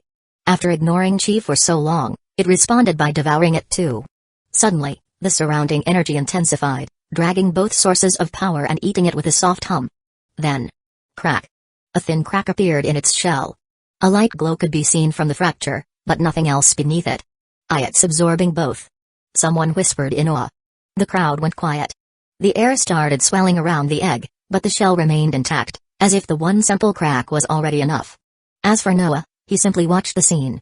It's adapting, he realized, watching a creature whose true nature still bewildered him. Meanwhile, something in this chamber had changed. People no longer cared about their beasts. No one was thinking about strengthening their spirit animals, as all of their concentration rested on a tiny egg. On a creature that could consume both chi and mana. It was definitely beyond this world or any other known realm. It was something far more ancient, primal, far more dangerous than any other creature. And whatever it was one step closer to waking up. I can't wait to meet her, young Kiki said suddenly, pulling everyone's attention to her. Her? Noah repeated silently, watching Kiki with growing interest. I bet she will be my friend. And she will like me the most, the little girl declared, looking confident and smug about it. Everyone stared at her. A small child, barely tall enough to reach the store's counter, claimed friendship with nothing less than an energy-devouring, hungry beast. She acted like it was a pet. Though the egg was tiny, and it would hatch something small too, everyone in the crowd knew it would grow into something far greater. Yuzanli and her senior sister King Juan also looked at each other. She is doing it again, the former mumbled, not blinking. She is acting like it's normal, the latter agreed, swallowing hard. Noah watched the scene with a warm smile, and when young Kiki neared the egg and crouched down to it, he didn't interrupt her. Then, the little girl whispered something. It was only between her and the creature. Suddenly, for the first time, the egg stopped devouring energy, letting mana and chi envelop and mend its shell. The air settled as well. But the guests cared about none of that. They watched young Kiki, uneasiness gripping their hearts as the egg had listened to her. I bet she charmed it with her cuteness, Noah thought, grinning. He gestured for Kiki to leave the egg alone. A moment later, when the girl took her place next to Noah, the egg restarted the earlier process of devouring energy from the space around it. The scene was fascinating to watch. It easily immersed people, while also growing their interest. However, Noah didn't want to sit all day and wait for them to quench their curiosity. Now, it's your turn, he announced. As elders hesitated and disciples exchanged glances, Wei took the first step, letting spiritual energy ripple through his chest. There was no need for chance. He only needed to call his spirit beast, and it would obey his command. Then the space rippled. It came nowhere close to what Noah's egg was doing to the world, and yet, an old seal pulsed, spreading energy in the shape of a blooming lotus. Something stepped through the hidden realm of this world. The spirit beast roared, standing still. It had 3 golden heads and the fur of a lion, looking both regal and mythical. Ware touched its tough skin, massaging 3 necks simultaneously. Noah watched the spectacle with amusement. The spirit beasts had a strong bond and connection to their contractors. They weren't just a means to gain more power. They brought companionship, memory, and loyalty, and raising his hand, Noah wondered how this beast would be strengthened. Ware thought the same thing. The room lit up as more seals were released. One by one, people stepped forward, their hearts racing. Each summoning was unique, their runes and chi levels differing from one another. Let's see, Noah thought. Then it began. The chi inside the room shook, enveloping beasts like a cocoon. It flowed towards them in steady, long arcs and gave them something both foreign and familiar. Just then, the lion was the first one to tremble. Chapter 60, Seed of Calamity. The lion was ready to grow. Shaking its fur, the spirit beast's entire body pulsed in rhythm. Even the chi flow started to respond to its breathing, shimmering faintly before increasing its heart rate. One by one, other beasts also started to change. The huge winged falcon screeched as its feathers started shifting colors. Its soft shell now glowed in a metallic shade. The fish-like creature and vine serpent also grew in size, their old injuries vanishing, replaced by new scales. It was a reawakening, allowing spirit beasts to rediscover their strength without forced rituals. Noah watched the scene with a satisfied smile. While others blinked in confusion and never-ending chaos, he remained calm. To his surprise, the temporary system flooded him with quite persistent notifications, refusing to let him close them. Golden Fur Lion, Awakened Blooming Iron Drake, Silver Wing Falcon, Potential Increased D+, Nemo the Fish, Awakened Defensive Drake, Thick Vein Serpent, Potential Increased B, they are evolving. Elder Jin said, his eyes glued on his fish as it went through a visible change in its power. Others noticed as well. If the previous chaos was loud, this one silenced the world. The only sounds that remained in the chamber were the noises the spirit beasts made upon maturing. As for young Kiki, her vision flickered from one animal to another. They are just growing, she whispered, her face showing signs of excitement.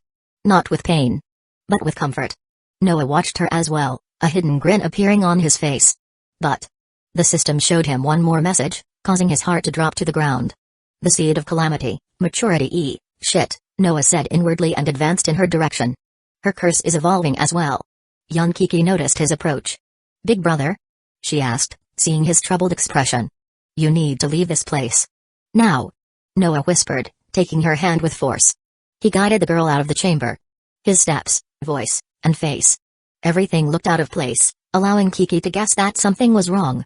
Even though she wanted to stay, she lowered her head. Young Kiki didn't ask any questions. She trusted her big brother more than anyone and followed his lead. Only after fleeing the room and leaving the sect members inside did Noah sigh in relief. Please, he pleaded, his voice softer than usual. Please don't go into that room anymore. I am sorry for not realizing it sooner, but it's dangerous for you. Kiki looked up at him with wide eyes. Dangerous? But they won't harm me. I think the beasts like me, she answered, trying to explain. Noah shook his head. I am not talking about the beasts. The chamber itself is a threat to you. So, don't ever go in there without me. The girl nodded, swallowing hard. There was still much she couldn't understand, but seeing Noah's tense complexion, she didn't want to worry him any further. Okay, she said, placing a hand over her chest as if sealing it with a promise. Noah couldn't help but smile at her. Thanks, he said, squishing her cheeks stronger than ever before. You might be the more dangerous for my cheeks, Kiki pouted, trying to reach Noah's forehead to flick it. But with her tiny frame, she wasn't even close. Noah chuckled at her futile move and told her to stay put before he came back. She, however, stuck her tongue out, trying to annoy him. Ignoring her another useless attempt to get back at him, Noah moved toward the door, planning to see what his sect members were up to. Yet his thought process was controlled by something. Kiki's seed grew stronger. It evolved into something more dangerous, increasing the chance of it blooming sooner than before. In no world was it good news. I have to be more careful, he considered, aiming to learn more about the seed. There was one more thing. The beasts acted friendly around her, as if they truly enjoyed her company. It had to be connected with the seed. No other reasoning could explain it, as even the egg listened to her, stopping its constant hunger for mana and chi. He sighed and stepped back inside the chamber. Of course, everyone noticed his absence. Only the mindless beasts paid no attention, unlike the people who stood frozen, waiting for his return. They didn't ask why he left. Neither Noah offered them an explanation. He was, or at least pretended to be, someone who only acted according to his whims. So, there was no need for him to say something. Is it done? He asked casually, looking at Wei and pointing to him to stand before him. The dignified elder who once ruled the Blooming Iron sect bowed first and then gladly appeared in front of him. We are done here, he said, his head hanging low. Noah nodded. The binding room worked only once per beast, and the effects varied. With higher-ranking spirit animals, the results were much better, allowing them to grow even stronger. But it didn't mean the weak were left with nothing. They also gained some kind of power one way or another, and that was enough to satisfy Noah's guests. The room had calmed down. Noah stood at the center of it. This man had built a place where even the weak cultivators could rise again. At that moment, even those who hadn't fully trusted his abilities and had doubted the idea of joining him found themselves thinking the same thing. It wasn't about whether Noah was worthy of their loyalty. No. It was about whether they deserved to walk under his shadow. Good, Noah said suddenly. But we are done for today. Everyone can wait outside the store for Chen Hao. Silence settled over after his words. But before they all left the chamber, Noah stopped Wei, his lips curling into a mischievous grin. Yes? The man asked politely. Noah, however, ignored his question and made his way towards the contract room, planning to secure a cheap laborer. Chapter 61, Owner Wei walked behind Noah. He had no idea where they were heading, but he didn't protest and just strolled along in silence. There was enough to see around to keep his mind occupied. Beyond the store he was already familiar with, Wei saw 3 more doors. One of them even opened after Noah clicked something, showing a small, cramped room inside. It was an elevator, taking them both to the next floor. The man felt how the room moved. Instantly, he guessed what use this divine artifact had, and his eyes narrowed. Everything Noah had shown so far was far beyond him. As though he had access to the very nature of the world, allowing him to do things no one else could. The second hallway looked much longer. It had only one door, but its pretty and seemingly ordinary walls caught his attention. There was almost no trace of chi around. Nor did the strange room move by using the spiritual energy. This is it, Noah said suddenly. Before Wei noticed, they had already reached the only room this floor had to offer. The man reached for the handle and opened it for Noah. Noah walked in as if such politeness was expected, carrying an air of calm authority. This is a contract room, he explained. A space I sign people who I think will have some kind of use to me. Your old disciples, King Zhuan, Hugh Hanksley, and Chen Hao, have already signed these papers. Wei followed Noah closely. Though he approached the desk Noah had pointed to, the man's sharp eyes scanned the room. This time, he was greeted with waves of chi. They rested inside the wall, pulsing with a subtle intensity. The walls also cast otherworldly light across the space, acting like an inextinguishable torch. Then, his gaze paused at the table. It lingered for a moment, observing parchments with cautious curiosity. Yet, there was no hint of hesitation in his eyes. You know what to do, Noah whispered silently, not urging but reminding. Wei nodded and took the papers. He found a fountain pen as well, turned it over in interest, and signed the contract without reading it. Abruptly, the air turned eerily still. Chi flowed from the room and sipped into Wei's skin, binding him in place. The light also lingered around him, filling his core.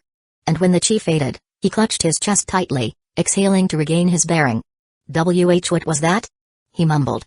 Noah, meanwhile, narrowed his eyes, scrutinizing the man with interest. You didn't lose consciousness. That's rare. Only Mia had withstood the pressure of signing the contract before. And considering she was still just a human at the time, it spoke volumes about her potential. Now, Wei had survived it too.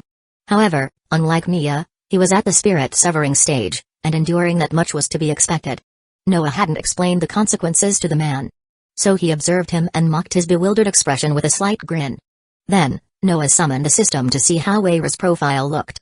Staff Overview, Strategist 001, Wei, Loyalty, 72%, Combat Instinct, A, Leadership, B+, Tactical Sense, A, Cultivation Stage, Mid-Spirit Severing, Status, Assigned to Fateless Order, Favorite Product, The Binding Room, Last Task Completed, Signed the Contract, Owner, Noah Stark. Reading the last sentence, Noah's grin widened. It was a clause he added to the contract last minute, and the fact that Wei signed it without actually reading a single word worked in his favor. On the surface, Karma had already made sure that his employees would follow his reasonable orders. But the old cultivator's situation was slightly different, twisted even. Though it didn't go against the principles the store operated with, Noah gained a worker who would simply exist for him. Clause number 69, Ownership Override. The subject agrees to serve without pay. No compensation shall be demanded, negotiated, or expected. All services are considered voluntary, but the owner controls the subject's freedom and life. It was a trial that Noah wanted to see. To his surprise, Karma allowed it, letting Noah control an experienced strategist and leader for free. As for the products he had promised, Noah didn't care about them. It wasn't like he was paying for them. That's why he had been sharing them like cabbages. Now, Weir was stuck. Forever. No room to complain existed. As for the man himself, after he studied his breathing, something still felt off. It wasn't chi poisoning. Just a strange sensation he couldn't get rid of. He wanted to question Noah, but surprisingly, his body hesitated. In the past, when he had held his tongue, it happened out of respect. This time, it felt different. Each time he tried to ask for the contract, the urge vanished, his throat drying. Obedience. Nothing more and nothing else. This word lingered in Wei's head for a moment. However, he didn't regret his choice one bit and believed it could be better for him. Ownership. It wasn't karma influencing his mind. Wei truly believed it himself, allowing Noah to bask in his next victory. Now that everything was done in this room, it was time for him to see if Chen Hao had arrived and brought Fang Fan with him. So he left the chamber without a single word. Noah took the lead, and the cultivator followed behind. Just like every other time. Near the first floor hallway, he spotted Yun Kiki. She stood silently, observing how the sect members behaved through the window. Senior Bao remained in her hands, keeping her company. "Big brother!" she exclaimed upon noticing Noah, hugging him. Half an hour had passed at most since they last saw each other, but she was already asking for attention. So Noah painfully squeezed her cheeks. The girl giggled before lowering her head. "I think it's time to bring Sister Mia back. Yun Kiki misses her." "You are right," Noah answered, noticing Feng Fan and Chen Hao outside. "It's time for her to meet others as well." Chapter 62, Portal. The cooldown for using the portal was 24 hours. If it were Noah when he first teleported into this world, he would have had no means of bringing Mia back at the same time every day. But signing her deepened their connection. Also, when the system was left to get punished, it left knowledge in Noah's head. It was instinctual information he hadn't even noticed existed in his head. The biggest challenge with cross-dimensional teleportation was to align the timing, especially if time was this weird, random thing that lacked consistency. It moved sometimes faster, sometimes slower. But every now and then, Noah noticed something strange. Something that defied the very rules of time itself. He wasn't controlling it. It was caused by the randomness itself. And sometimes, these two worlds brushed against each other. It was only for a moment. But the synchronization still formed and created a time gate between them. Noah sighed, ignoring Weir's presence behind him. He waited for a moment until a sudden pulse told him that time on Earth and Ligma had finally matched. Instantly, he summoned the portal. Though the process took time to complete and the exact moment would shift, the rift had already connected both worlds at precisely the same point in time. So the materialization had started. It happened in the hallway, near the exit door. Yun Kiki jumped around nimbly, her body shaking from excitement. She had also clutched Senior Bao to her chest, happiness dictating her actions. "Hooray!" she exclaimed, sensing the rumble through her feet. The building shook. Weir guessed that something was about to descend into this world. Yet he had no idea what it was. However, based on the pressure and the unusual color shifts, he knew it was going to be a big deal. Meanwhile, Noah looked at the scene with an unreadable expression. The entire process lasted for a minute. And when the rift fully matured in front of him, Noah took the first step, gesturing for the man and the little girl to follow. Yun Kiki didn't hesitate at all. She was so fast that she overtook Noah in a second. As for Weir, he tried to gauge the energy the portal was emitting. Though he moved as well, he was also fascinated by the foreign power that grazed his skin. It caused him to tremble. She was present, yes.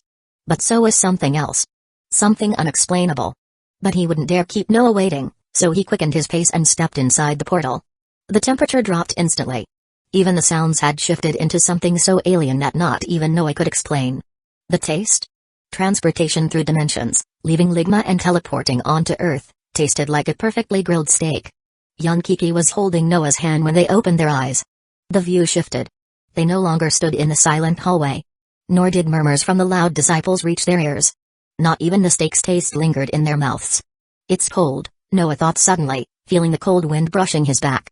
He was standing in the same park. The familiar scenery, the fresh scent of the rain, and the tall trees overloaded his senses. "We are back!" Kiki exclaimed beside him. Her excitement never reached the limit, increasing with each passing moment. "What is this place?" Wei asked softly. He was almost whispering, both too scared and confused to speak. There was not a single trace of chi around. Even the foreign energy he felt earlier disappeared completely, leaving him in a world where cultivation didn't exist. "This is a distant realm. A faraway dimension, if you will, and we came here to get my sister," Noah explained while visible amusement danced through his eyes. "Mia is Kiki's sister as well," the little girl added, glaring at the man as if he had done something wrong. Left with no other choice, the helpless cultivator nodded. Then he gulped, waiting for his owner's next move. Noah, however, wasn't planning to leave the park. He wanted to wait before Mia came on her own, expecting her arrival at any moment. But he hadn't accounted for the fact that someone in his group couldn't sit still. "I will go. Please. I will bring big sister here." Kiki raised her hand, pleading. "What if you get lost?" Noah asked, shaking his head. "She will be here at any second now. We just have to wait for her. Pretty please. I promise I know the way," she asked again. This time, her voice softened, and her eyes sparkled, assaulting Noah directly at heart. "Okay," he gave up, but warned, "But I am watching you from here. Don't wander around and go straight to her. Remember, it's the 5th floor." She giggled, dashing out of the park immediately. Noah observed her. He was keeping an eye on her, not letting her slip away. Thankfully, the park was close to the apartment, and he could see how adorable she looked climbing up the stairs. For the next 5 minutes, he waited patiently.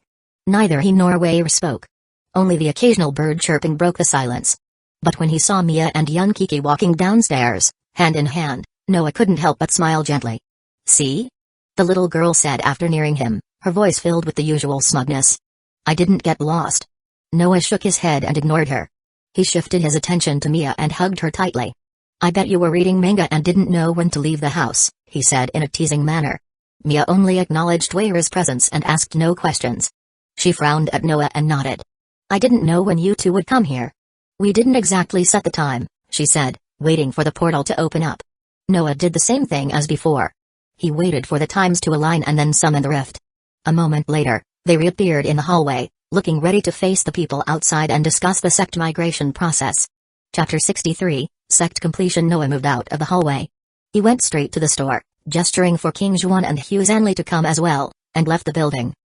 Kiki and Mia walked beside him, while Wei and the 2 other girls walked behind him, their steps steady and measured. The moment Noah stepped out, all eyes landed on him. Silence descended as people made way for Feng Fan to approach him. The cultivator bowed upon seeing him. "I came as soon as I got the word," he said, his head slowly rising. "The preparations on my end are completed, and with enough help, the sleeping grounds should be finished by tonight." Noah nodded at his words. "Good," Noah said, wondering whether he should go with them or not. But Mia's presence and his curiosity worked together to make him climb up that mountain one more time.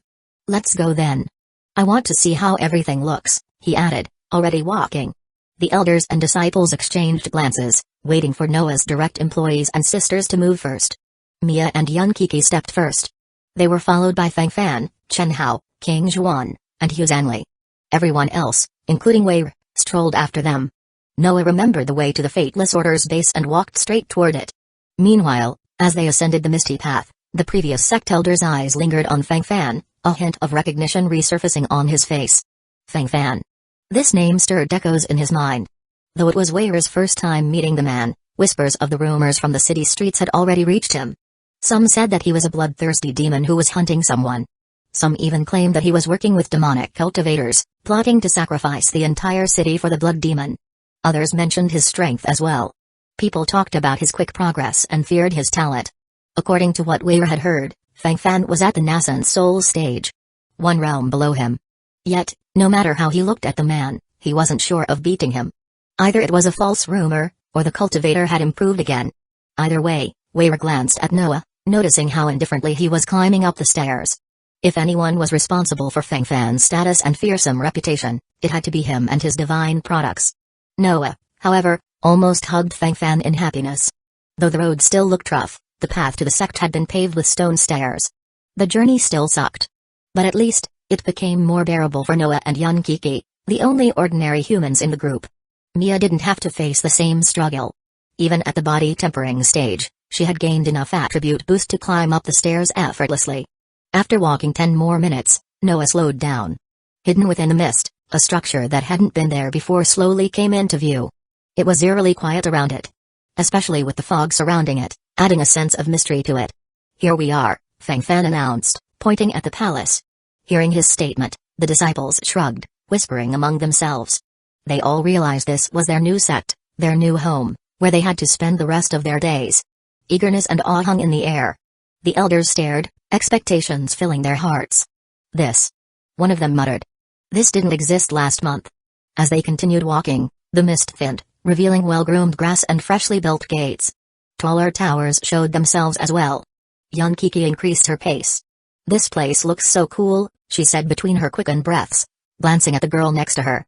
Mia also looked amazed. Her heart rate increased as it felt like she was living in her dream. "This is way cooler than anything I have ever read. Is this place really yours?" she asked, secretly hoping it wasn't just another prank her brother was scheming. Noah frowned at her visible doubt, but said nothing. He observed the almost finished set, letting his lips curl into a smile. The main courtyard, now completed, stretched long to its center, where a raised platform stood high. It was fully covered with lanterns. They created light that faintly pulsed with spiritual energy. The herb garden had thrived even more than the last time Noah had seen it. Each plant was strictly guarded by potent formations, ensuring their safety. Dummies made of bamboos also caught Noah's attention. This was a training ground, and it already reeked of strong spiritual energy. Everything looked amazing. Noah also shared Mia's vision, thinking that no anime, novels, or manhwas could ever match the scenery he was seeing right now.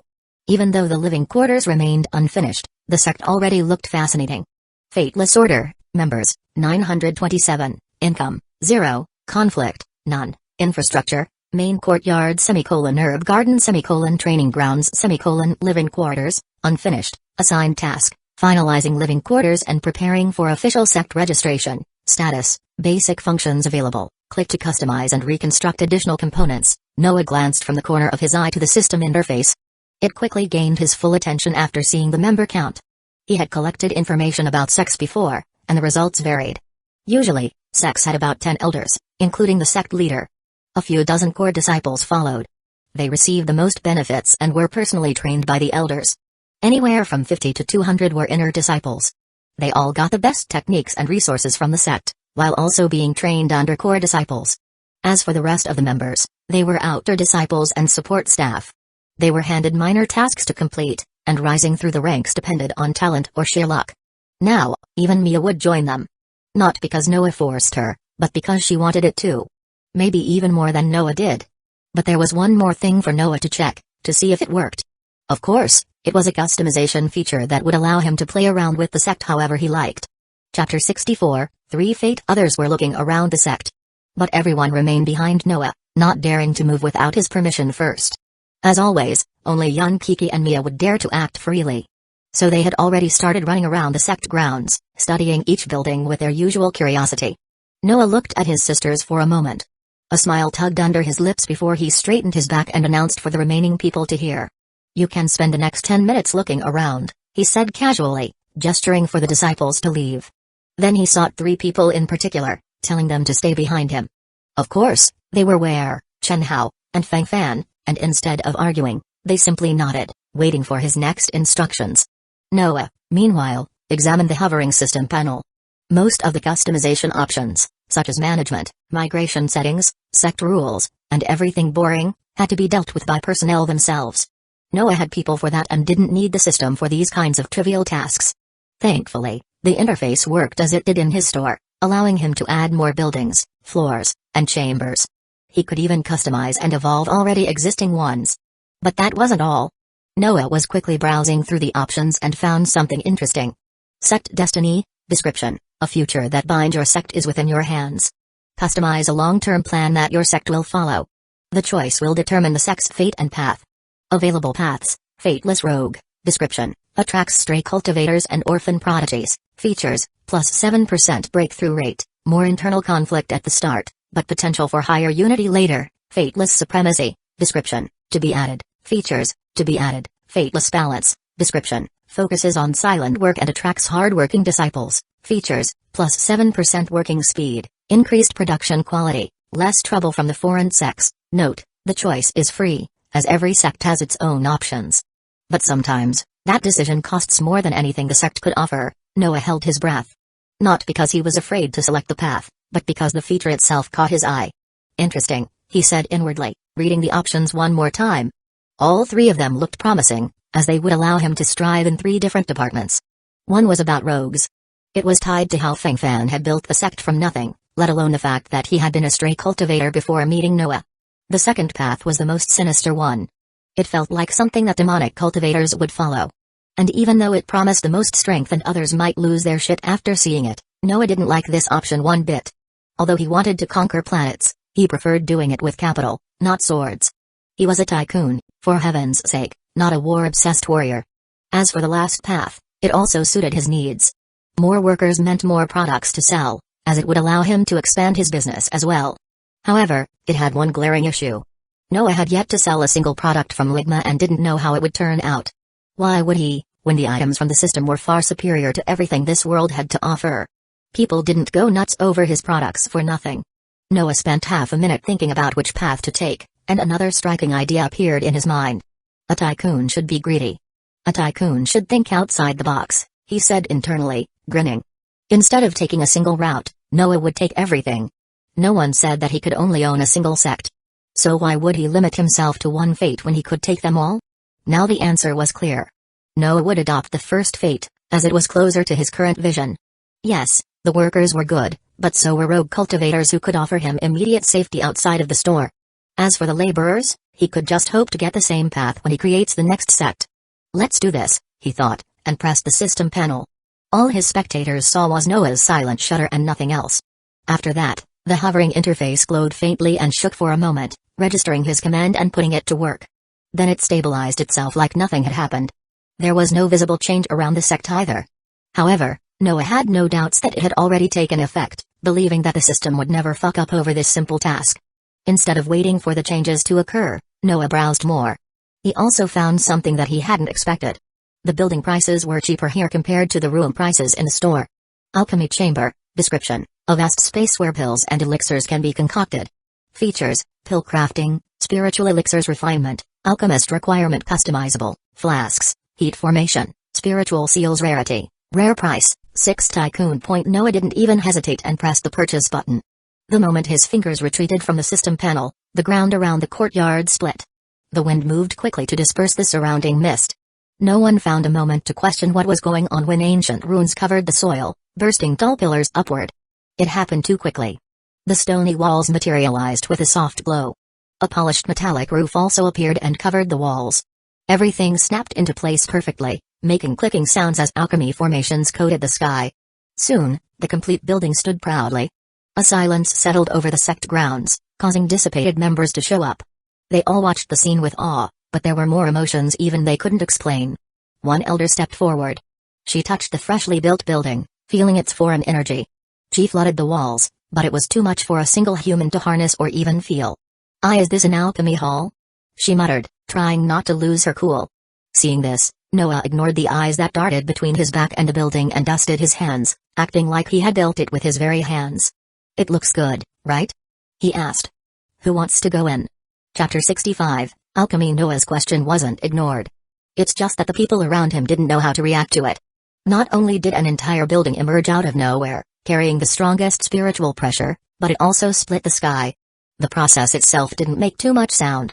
It was fairly straightforward, even if no one saw it that way. Young Kiki wants to go in. Can I? The little girl asked, looking at Noah with her wide eyes. Mia nodded as well. It looks interesting. We should take the lead, she said, reaching for the door handle. The other sect members also wanted to follow, but most of them were too startled to take even a single step, falling far behind. Common sense didn't work on Noah. And they were forced to get used to it. Noah, however, nodded at his sisters, strolling in their direction with a casual stride. He said nothing, letting the silence speak for itself. The spectators moved as well, trying to quench their curiosity, while elders masked their confusion behind neutral expressions. Of everyone present, King Zhuan and Hu Zanli showed the least surprise at the situation.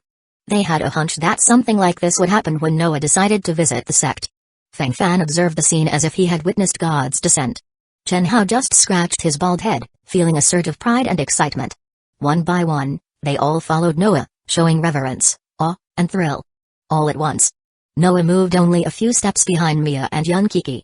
He scanned the interior with full concentration, noticing the polished floor and the lingering strong scent of herbs in the building.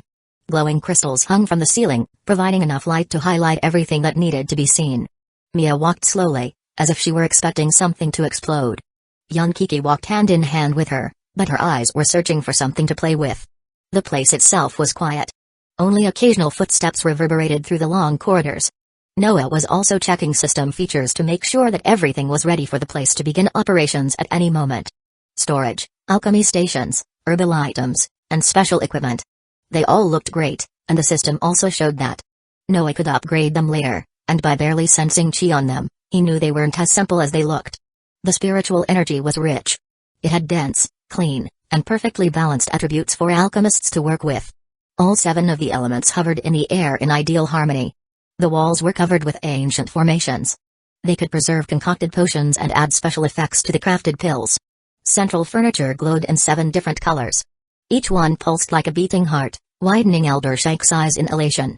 "This is absurd," he said, awe in his voice speaking louder than his words. He had 6 decades of experience refining elixirs, and even a single glance was enough for him to tell how amazing everything around him truly was. Some other elders and core disciples also shared his vision. Everyone realized that this place could be just as amazing as the binding room. If not even better. Seeing this, Noah lowered his eyes in interest. He wanted to see how elixirs were made in this world and spoke as if he were allowing them to satisfy their passion. "You may use it to your heart's content. There are plenty of herbs that Fang Fan had prepared." Elder Shaik bowed immediately. His usual aloofness had long been replaced by admiration for Noah. Yet, at this moment, it deepened even more, turning into a strong sense of submission and loyalty. So he quickly gestured to his direct disciple to fetch something from the garden. 2 minutes later, a young girl named Lin Yu came back. She was one of the greatest prodigies the sect had ever produced, and she was carrying a fresh batch of grass and ember root. At most, she was 19 years old. Dressed in a silky robe with bluish ornaments, her long green hair swaying around her face, as a potent herbal scent followed her steps. "Here they are, Master," she said, clearly out of breath. Elder Shaik only nodded. His hands had already started moving, examining the lowest grade herbs with sharp eyes. After checking everything, he neared the furnace. It lit up with a single movement of his hand, flames burning hotter than usual. Lin Yu cleansed the herbs and placed them on a small plate near the flame. The ember root burned first. It was cleansed of its remaining impurities, leaving only the spiritual essence behind. Elder Shaik worked with grass. He was controlling the flame gracefully, handling glowing runes to harness the hidden power from the grass. Another 2 minutes were enough to start the second stage. It began with Elder Shaik boiling water with black flame, adding special properties to it. Then he took the charred grass and tore the small stalks into thinner slices. After that, he placed it on the same plate Lin Yu was handling. The furniture pulsed, changing color after making contact with the mixture. "This is amazing," the girl muttered, trying to keep her cool. She had to stay calm and not lose concentration, or else the fire would go out of control and burn the ingredients. The current result was a paste-like substance. But Elder Shaik continued crushing and mixing it, while also adding drops of water at 9.5-second intervals. Chi within the blend condensed. A silver glow danced in the flame as it repeatedly changed colors, adding one element after another. The only constant thing was its temperature. And Lin Yu did a pretty good job controlling it, despite it being her first time touching such high-grade equipment. Another minute later, the furnace lost the flame. From the center of the diminishing light, a pill floated, gently spinning around the ancient formations. It had already felt like a higher-grade pill than intended, but its surface showed patterns no one in the room could recognize, proving that something had happened to the product without the alchemist having done anything. Even Elder Shaik had no idea why the pill acted this way. "What's happening?" he asked, darting his eyes at Noah. Chapter 66, Pill. Yes, Elder Shaik was confused when the pill he had just crafted evolved into something he couldn't recognize. Yes, it was caught by the array's rich spiritual energy without his control. But what mattered the most was what grade the pills would reach with just mortal-grade herbs. Noah didn't react to his question. Internally, he was happy with how the situation turned out. However, on the outside, he continued showing his divine character by acting indifferent about everything. Even this situation was no different. "You guessed it right," he said, gesturing for the man to try it. "There is no place for low-grade resources in this room." Elder Shaik gulped. His disciple, Lin Yu, also looked at the pill with an open mouth. Her mind was occupied by the outcome of her performance, so she couldn't really register what was going on in the outside world. Yunkiki couldn't contain herself as well. "Can this big thing make candies?" she asked, causing people to laugh softly. Her hands twitched too. She was fighting against her urges to touch something. Mia agreed. "Imagine candy that explodes or carries deadly venom. I bet it's gonna be a hit." Though she was practically an adult, the idea of living her fantasy and doing everything in this world was too strong for her to resist. Mia clapped her hands, thinking about countless possibilities. To their surprise, Noah agreed as well. "Sounds good. What's the point of having an alchemy lab without having fun in it?" he said and lowered his brows, thinking about something. "But I should add a better one in the store for you two to play around." These words were met with two different reactions. "Hooray!" Yunkiki exclaimed and began running around the room. "I knew it. My brother is the best," Mia added, satisfied to test the limit of this Xianxia world. The second reaction? It was completely different. Not only did Noah promise to add an even better alchemy lab in the store, but he wanted to use it for fun. Only he would dare say and then do something like that. But somehow, no one in the room doubted that he would do that with a straight face. "We should try it." Meanwhile, the young alchemist, Lin Yu, couldn't wait anymore. She had already reached her limit, and she might swallow the pill at any moment. Even her hand started trembling. Now, all eyes landed on her, but no movement or sound existed in the room. As always, they waited for Noah to give a word of approval. He, however, had no problem with them checking how the pill turned out. On the contrary, Noah might have been even more eager to see what this new product had to offer. So he nodded and checked the system panel. Instinct pill, description, a pill that enhances senses through spiritual improvement. Features, plus 50% temporary spider sense, plus 10 subconscious reflexes permanent boost rarity, uncommon. It was amazing indeed, and the gesture Noah made allowed the girl to satisfy her curiosity. Lin Yu then glanced at her master. Elder Shank's desire to see what the pill could do was also high, but as an elder, he left the first taste for his disciple, smiling at her. The girl gulped. Not once or twice but thrice. Then she reached for the still floating pill. It had long harvested energy from the formation, devouring chi from the array like a hungry beast. Lin Yu felt the coldness of it with a brief touch. She swallowed it in one gulp, expecting a surge of energy to explode in her mouth. For a moment, nothing happened. It still needed some time for the body to start absorbing it. Suddenly, her breathing slowed. Though she was only inhaling once per 30 seconds, her face looked calm, showing no hint of discomfort. Tension in her shoulders seemed to fade as well. Somehow, every sound in the room felt closer, more distinct, as if she could distinguish people by it. A moment later, Noah reached into his pockets. He took an unpacked fidget spinner and threw it at her. Lin Yu blinked, her eyes still closed, and stepped slightly behind. The toy Noah had thrown at her broke off, but landed right at her previous location. Everything happened instantly. Noah's action, the girl's speedy reaction, and her glowing meridians that showed no signs of stopping spoke volumes about just how powerful the pill had turned out to be. I can feel everything," she mumbled. Her eyes remained closed for a moment. "I just knew I had to move or something would happen. It happened before I even registered what was happening." Lin Yu explained her situation. Elder Shank massaged his temples and shared an opinion of his own. "Your chi still flows almost the same. Your instincts. They are sharpened," he said, his voice trailing for a moment. But before he could add more, Weir frowned. She didn't break through. The pill touched her subconscious, which is rare. "I have taken only one in my entire life, and it was a present from the previous sect leader." Silence descended after his words.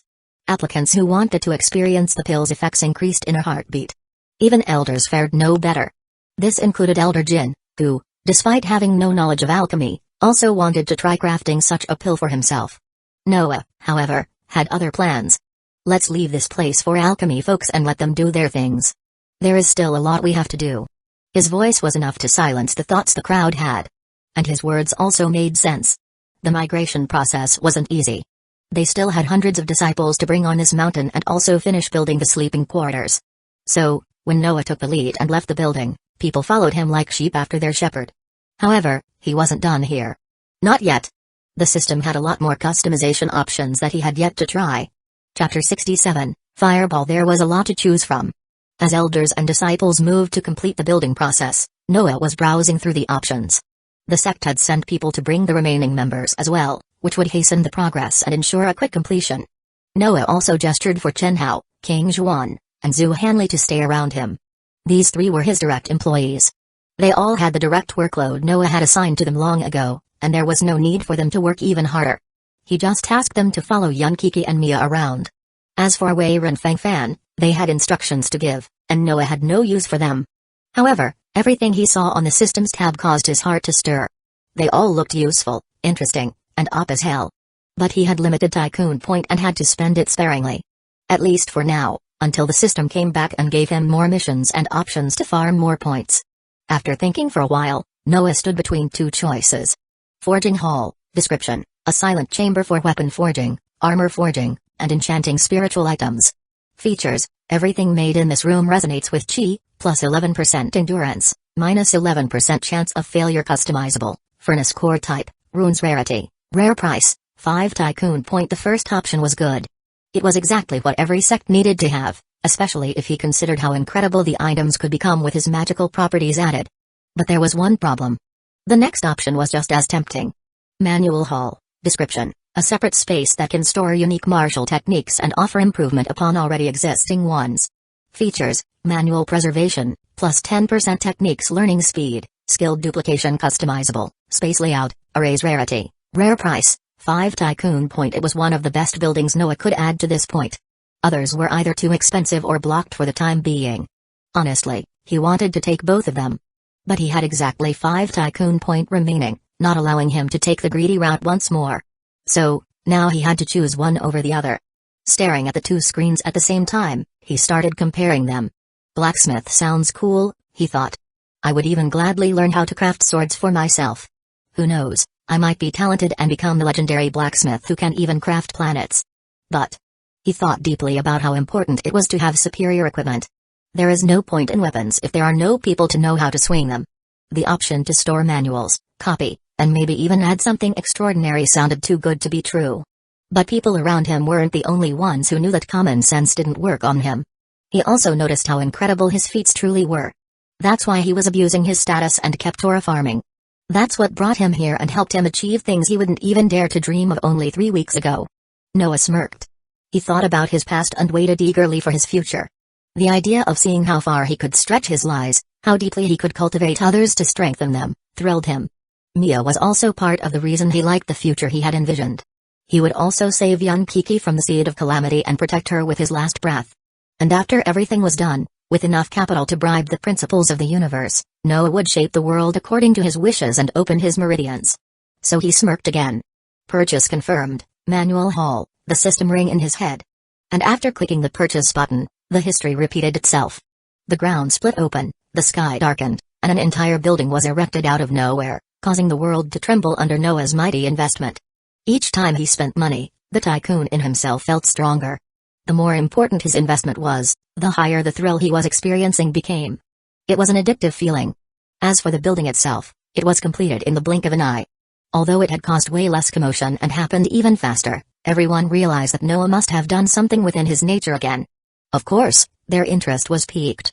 There was no doubt that they all wanted to see his next masterpiece.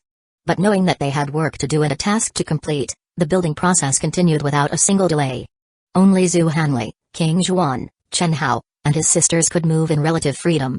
So when they saw the new building emerging from the depths of the ground, they instantly approached Noah. "Big brother Noah!" young Kiki exclaimed, reaching him first. "What is this place?" Mia also appeared. She looked no less excited than her sister, her mind racing with questions. "Is it a library?" she asked after seeing the wooden sign. "Like, an actual library with techniques and manuals?" She smelled books. It was mixed with new and old scents of parchment and ink, creating a peaceful atmosphere, even from the outside. Noah, however, straightened his back before answering. He waited for his employees to join before explaining. "I would say that this is a scroll or manual teaching vending machine." Only Mia narrowed her brows. She understood what Noah meant, loving it already. To help others understand what he meant, Noah crossed his arms and continued, "Basically, you can just walk in and learn cool moves." "Wow," Kiki said, her sweet voice lingering for a moment. Zhu Hanley, who also wanted to experience and find what Noah was talking about, asked, her voice revealing her familiar excitement. "See, can we use it as well?" Somehow, her cheeks turned red when she asked. "I promise to work even harder." Chen Hao wasn't used to seeing her this way. He was looking at her with interest when Noah chuckled. "Everyone can use it," he said, about to open the high gate, when Mia decided to ask a question of her own. Can it teach fireballs? She seemed genuinely intrigued. Chapter 68, Sarah's Truth Be Told, Mia always favored wizards over cultivators. She was just more fascinated by them, hoping to see their flashy spells and battles. Now that Noah had a library filled with martial arts manuals, the first thing she thought was to find magic in it. It seemed like a wish that couldn't be fulfilled. Why would a martial hall created for cultivators have spell books? But seeing her wide eyes, Noah's lips curled into a grin, showing his confidence and proud nature simultaneously. I think so, he said softly, and looking at his sister's reaction, he added, fireballs shouldn't be that rare. Really? Mia exclaimed, her ears pricking up. Why not? It's just a compressed chi sphere with a fire attribute. However, it might not be called a fireball. Maybe something else, Noah explained, shrugging. Chi? What about mana? There is no mana in this world. Mia asked, still expecting her dream to live on. Noah shook his head. I can add mana to some spaces. But it would only be limited to these very locations, and when you leave them, you can no longer use it. That sucks. His little sister trailed her words. But whatever, as long as I can make fireballs. Young Kiki was listening to this conversation with interest. There was so much she couldn't comprehend, and having a curious mind drove her to ask questions in every possible situation. Fire and balls? She repeated first. What's that? How can we play ball if it's too hot? Her genuine words made Noah smirk. Mia had the same reaction, as looking at Kiki lifted her spirit even more. This is going to be amazing. I bet you will love it as well, she promised, thrilled to see how the little girl or Noah's other companions would react. You think so? Kiki asked, trusting Mia. She was so easily influenced that her eyes lit up, expectation filled her heart, and she started bouncing around the courtyard. Noah held up his hand, this time actually opening the door. Yet before stepping into this unknown space, he said softly, as if speaking to a child, be careful. This building doesn't have insurance. It sounded like a threat, but didn't sound like one. And even though only Mia understood what he meant again, even young Kiki guessed that they had to be careful. So she gulped, closing her mouth. Noah took the first step. He was quickly followed by others as the air shifted instantly. The scent of books thickened. Even the temperature dropped so low that each breath became visible like a cloud. Long rows of bookshelves stretched endlessly. They vanished into a misty horizon, creating a feeling of crossing over into a different dimension. The ceiling above was filled with clouds and stars. Even the starships and constellations were easy to spot, causing everyone to marvel at their beauty. Young Kiki kept her head raised. Her eyes looked sharp as she scanned the world before her. She wasn't speaking. Not yet. Mia also walked with silent awe, keeping her mouth shut. King Juan watched the scene like she was trying to etch everything in her memories. She was also surprised and judging at the same time. The same couldn't be said about her junior sister, as Zhu Hanli seemed to be lost in wonder. Her attention was locked on the floating books. Unknowingly to her, she was also trembling in excitement. Chen Hao, meanwhile, looked at the world before him with a slight grin, like a kid discovering books for the first time. Noah just kept walking, eyes shining. This very space belonged to him now, and it was time to discover what it could do. But when time stopped to allow him to step closer to the shelves, something moved in his direction. Careful! Mia yelped, instantly appearing in front of him to shield him from harm. It's nothing, Noah said, calming her down. The thing either wasn't here before, or it had been hidden between the clouds this entire time. Soon, a figure emerged out of the misty shelves. She was cloaked in layers of white fog that rippled like the sea in the breeze. Her face looked smooth. But it was impossible to focus on her features, as if the world wanted to hide her. Her loosely tied white hair floated gently. It was so long that no one could see where it ended. Everyone froze in front of her, including Noah, who was also curious about her identity. As he was looking at the being, the world whispered about her power, her status, and her role in this all. She stopped just close enough not to hit Noah after bowing to him. You are the owner of this realm, she said, acknowledging his presence with a layered, echoing voice. I recognize your authority. Her cloudy eyes glowed in silver. She wasn't only looking at Noah, ignoring others. I am the librarian, she continued in a smooth tone. This very world is under my care. You may browse or stay here as you wish. Noah nodded at her words, liking her attitude. Though she looked eternal, both inhuman and human at once, he didn't let the emotions appear on his face. Name? He asked, trying to get to know her better. What is your name? I am called whatever you want, she answered without blinking.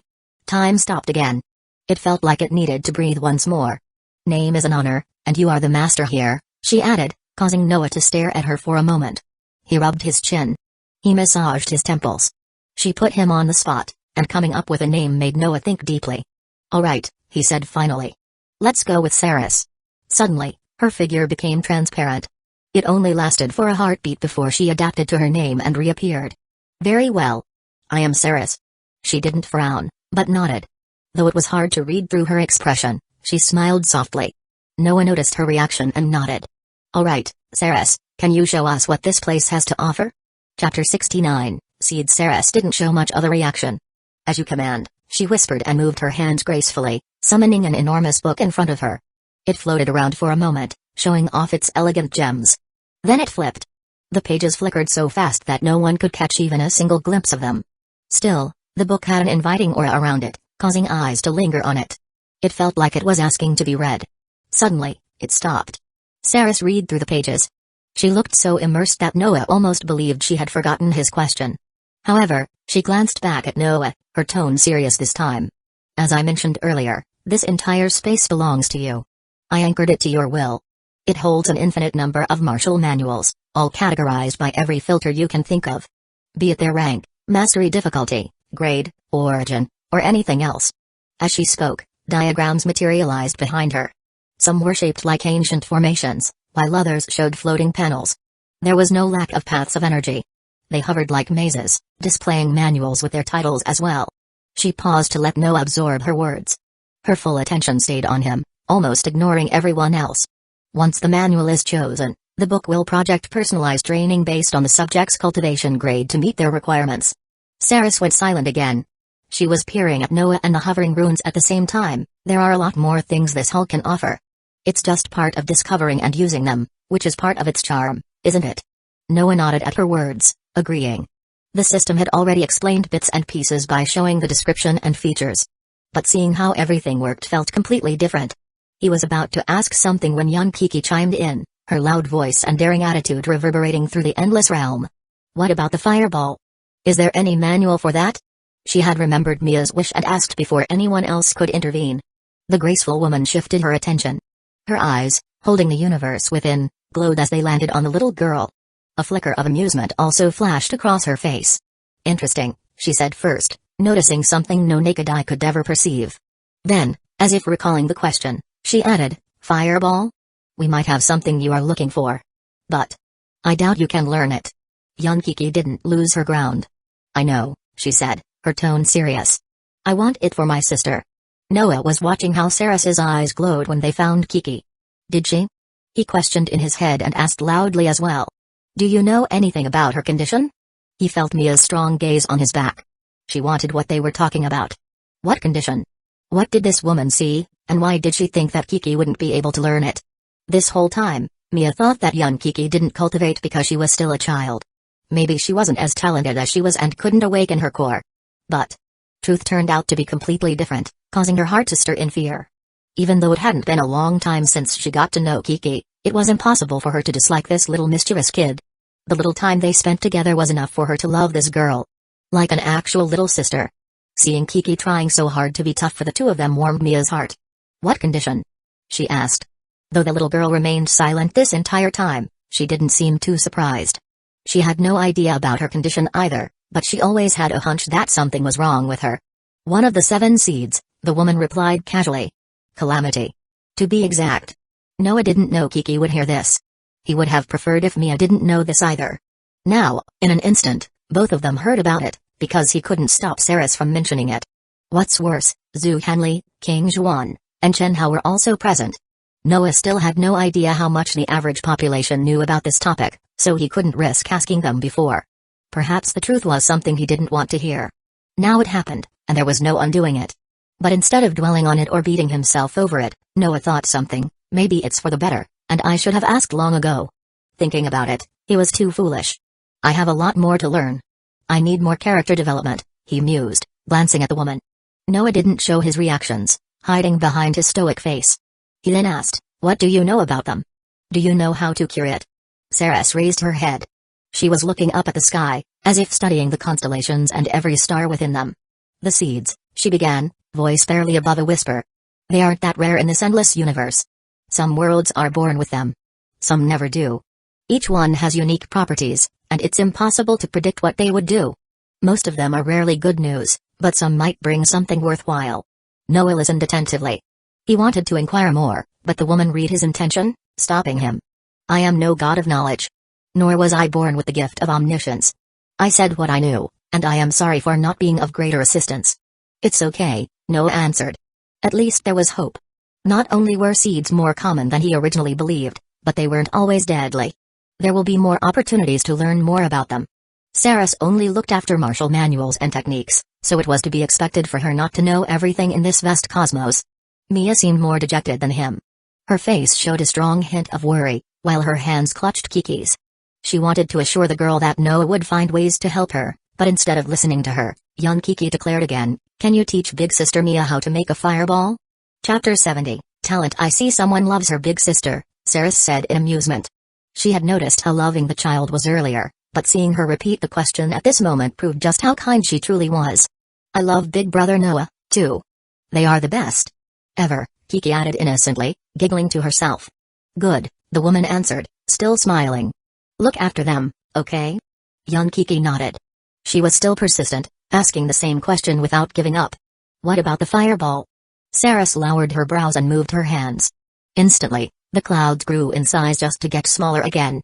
But they paved the way for a new book that approached Noah's group at high speed. It was carrying a faint trace of chi. Spinning slowly in the air, it only stopped after reaching Noah's eye level, casting an orange-gold glow around him. He reached out to the book. The system responded immediately, flooding his vision with rows of text. Chi Blaze. Description: it allows the user to channel fire chi into the palm or legs to launch it like a compressed flame. Features: ranged attack, AO damage requirements, fire attribute, chi condensation stage rarity, rare price, 50 true spirit coins. Reading through the system messages, Noah gave the book a nod of approval. The description looked solid. Features looked good as well. The requirements were new for him, but not something Mia would find particularly hard to reach. Especially with his help. But there was something even more interesting. Maybe he was too hopeful, but Noah thought that every manual would be free. But after considering for a moment, he realized something. The price of 50 true spirit coins wasn't for purchasing the technique, as it was actually free. What he had to pay for was the projection they would show to etch knowledge into the user's mind. And no matter which angle he looked at it from, this price was dirt cheap. Yes, it was a rare rank. Yes, 50 spirit coins weren't easy to come by to begin with. However, he was a freaking tycoon. Someone who already owned an entire sect and had almost no use for these coins. It also made sense for him to pay. The learning processes would require spiritual energy, and though the space before him was filled with chi, it existed for a reason. The library needed chi. So why would it give away its precious resource? Instead of wasting more time, Noah gave the book to Mia, allowing her to flip its pages. Saris reminded her from the side. She still needs to reach the requirements. How do you plan to help her break through? If you are thinking about using energy from the... Noah raised his hand and cut her off. Don't worry, he said softly, confidence carrying his words. I know what I am doing. As the woman eyed the siblings with interest, Noah reached out to the system and took his products from the inventory one by one. Sarah skulked upon seeing Noah materializing items from thin air. Especially the protein shake with its amazing aroma that made her thoughts jumble. She wanted to question Noah about it. However, much like him, she was also considering her dignified persona and held herself back. Noah, meanwhile, offered products to his sister. Mia knew how to use them. She started with a shake, causing Saris to swallow in disappointment. Noah watched as she was devouring the drink with a satisfied grin, but he noted something he had already noticed before. Mia was talented. There was no doubt about that. With her aptitude to harness chi and cultivate by herself, Mia would win against anyone from the sect. But there was one problem. The products Noah gave her had much less effect on her than they did on others. While Zhu Hanley, King Zhuan, and Chen Hao could break through with a single product, Mia couldn't do it before. Staff Overview, Part-Timer 001, Mia Stark, Stage, Body Tempering, 89% out of 100%, Loyalty, 98%, Sales Instinct, E, Potential, F, Spiritual Sensitivity, S, Combat Potential, SS, Status, Enthusiastic, Favorite Product, Rubik's Cube. She was close at least, and according to Noah's calculation, this batch of products would allow her to advance. As for the reasons, he had only guesses as to why this was the case. It all came down to the fact that Mia was also from Earth, and the system limited her growth. At least her meridians worked just fine, and maybe there was more to the truth than met the eye. The protein shake stirred chi inside her. It calmed her mind, strengthened her muscles, and helped her spiritual energy stabilize. She was about to play around with a Rubik's Cube when Ceres materialized in front of her, clutching her hands. "What was that?" the woman asked, eager to find its secrets. "How did you harness this much power in the blink of an eye? Is it something Master Noah is selling?" Noah was the one to answer her. "It's a product from my shop. You can try it as well. I want to hear your opinion about it." Sarah skulked once again. She wanted to refuse, deny the request, and win against her desire to taste this sweet and refreshing drink, the scent of which still assaulted her nose. Shaking her head in refusal, she had no idea how the bottle appeared in her hands. Then, before she even realized it, she was sipping it with a big swallow, embracing the freshness that spread through her being. Suddenly, her spine arched in delight. Chi moved beneath her skin, feeding her core as it sent pleasure through her body. Her lips were asking for more. She was addicted. There was no doubt about that, and when the glow faded, her eyes regained focus, looking perfectly composed again. A breakthrough for a person with her status was almost unheard of. It had been eternities since she had experienced that feeling, but whatever had happened to her now pushed her closer to that moment. And as she was considering what to do, Mia managed to solve the Rubik's Cube puzzle and reach the chi condensation stage. Now it was time for her to see what her elemental affinity was. Chapter 71, Elements. There were countless ways to check or awaken elemental affinities. A total of 7 elements existed: fire, water, wind, earth, lightning, shadow, and ether. The first 6 were self-explanatory. Not only were they fairly common, but everyone could master them. Each one differed from the others, allowing the users countless unique possibilities. The problem was the last affinity: ether. It was connected to the higher laws, Tao understanding, and spatial authority. With reality-shaping power, ether could only be absorbed by mortal practitioners. Those who had transcended mortal limitations. For checking affinities, the most common method was to use spirit stones. With a single touch and the infusion of a tiny amount of chi, the spirit stone would change colors according to the elements it was infused with. Unfortunately, Noah had no such item on him. The sect would definitely own it, but no one would have it right now because the resource migration process hadn't even started properly. He could find something in the system store. But he had no Tycoon points remaining. What if, Noah thought, not giving up after remembering something. He ignored Ceres and her troubled expression and glanced at her sister, who had just broken through moments ago. "How are you feeling?" he asked first, eyeing her. "Amazing. It's like I am on top of this world," Mia answered, stretching her muscles to get used to her newfound power. Chi condensation stage allowed cultivators to gather chi in their danshan. It created a stabilized inner chi cycle to better control external energy from the outside world. Seeing that she looked to be in good shape, Noah sighed. Then added, "To see what your elemental affinity is, you have to use a fidget spinner." Mia narrowed her eyes. This product always materialized all 7 elements in a vertex-like shape. Though it was to create a perfect harmony for cultivation and calm the mind, it could also be used for other things. Confirming her affinity was one example. Noah gave her the toy. It was already opened and was ready to be used. Young Kiki stood next to her with her wide eyes as they watched her with interest and expectation. Ceres had a different reaction. She noticed how the weird puzzle improved Mia's comprehension ability.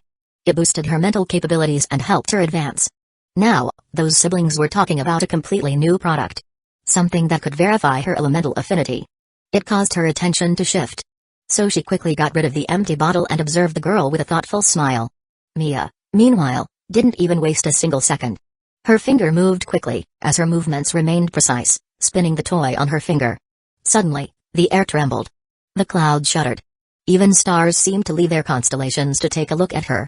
Still, she continued flickering the spinner with a grin, letting the device spin silently. But its effects were anything but silent. When the light dimmed for a moment, 7 elemental sigils erupted behind Mia, bringing both light and strong spiritual pressure. They spun in a perfect arch as well. "Now it's time for you to act," Noah said suddenly, disturbing her peace. Mia opened one eye, trying to keep her mind awake.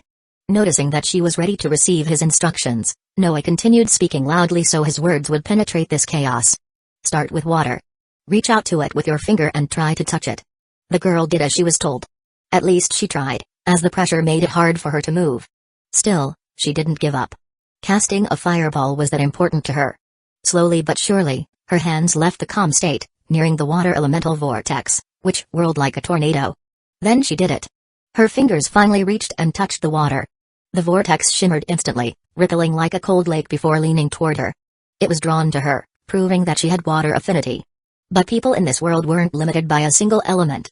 Some could harness two, while the most talented geniuses could even control 3 or 4. Noah smiled upon seeing her first success. Water would allow her to purify and help her to learn illusions. It could also be used in spiritual recovery and defensive arts, creating options to use sub-elements like ice. The next closest vortex was the earth. She repeated the previous process, and as a result, the ground beneath her feet rumbled like an empty stomach. The earth element glowed before anchoring in her direction. Double elemental affinity. Not bad, but... Noah thought, hoping that she would have more. As for the earth itself, it would strengthen her body, unlocking options to control puppets and gain natural resilience against other elemental attacks. It might even allow her to use wood as well. The next one was fire. It was the element Mia wanted to control the most. Not only was it the flashiest, but it was also the most destructive with explosive damage and boosted willpower. Fire would also open options for her. If she wanted to learn alchemy or forging, having a fire attribute was a must. So her hand trembled as it moved in its direction, hope surging through her chest. Fire pulsed as soon as it made contact with her. It flared with red golden light, embracing her with comforting warmth. Mia wanted to yelp in happiness. But her mind was forced to stay locked in, not giving her a chance to lose concentration even for a second. In her stead, young Kiki jumped with laughter. "I knew it," she screamed. "I knew that big sister Mia was the coolest. Of course, she would be the most talented and the strongest." Her childlike excitement spread through the crowd as well. Noah was grinning just like her. He was happy for his sister and wished even more for her. Having this system and a new life helped him not only reunite with Mia but also gave her a chance to achieve her dreams. And much like her brother, she was greedy too. Mia reached for another element. Chapter 72, Monster. Seeing how greedy she was, even after having 3 elemental affinities, Noah couldn't help but cheer inwardly. He was proud. A surge of emotions made his heart race, and his eyes constantly stayed on her. Water, earth, and fire were already within her grasp. She would already be considered a genius, as the Blooming Iron sect had a total of 7 members who could control 3 elements.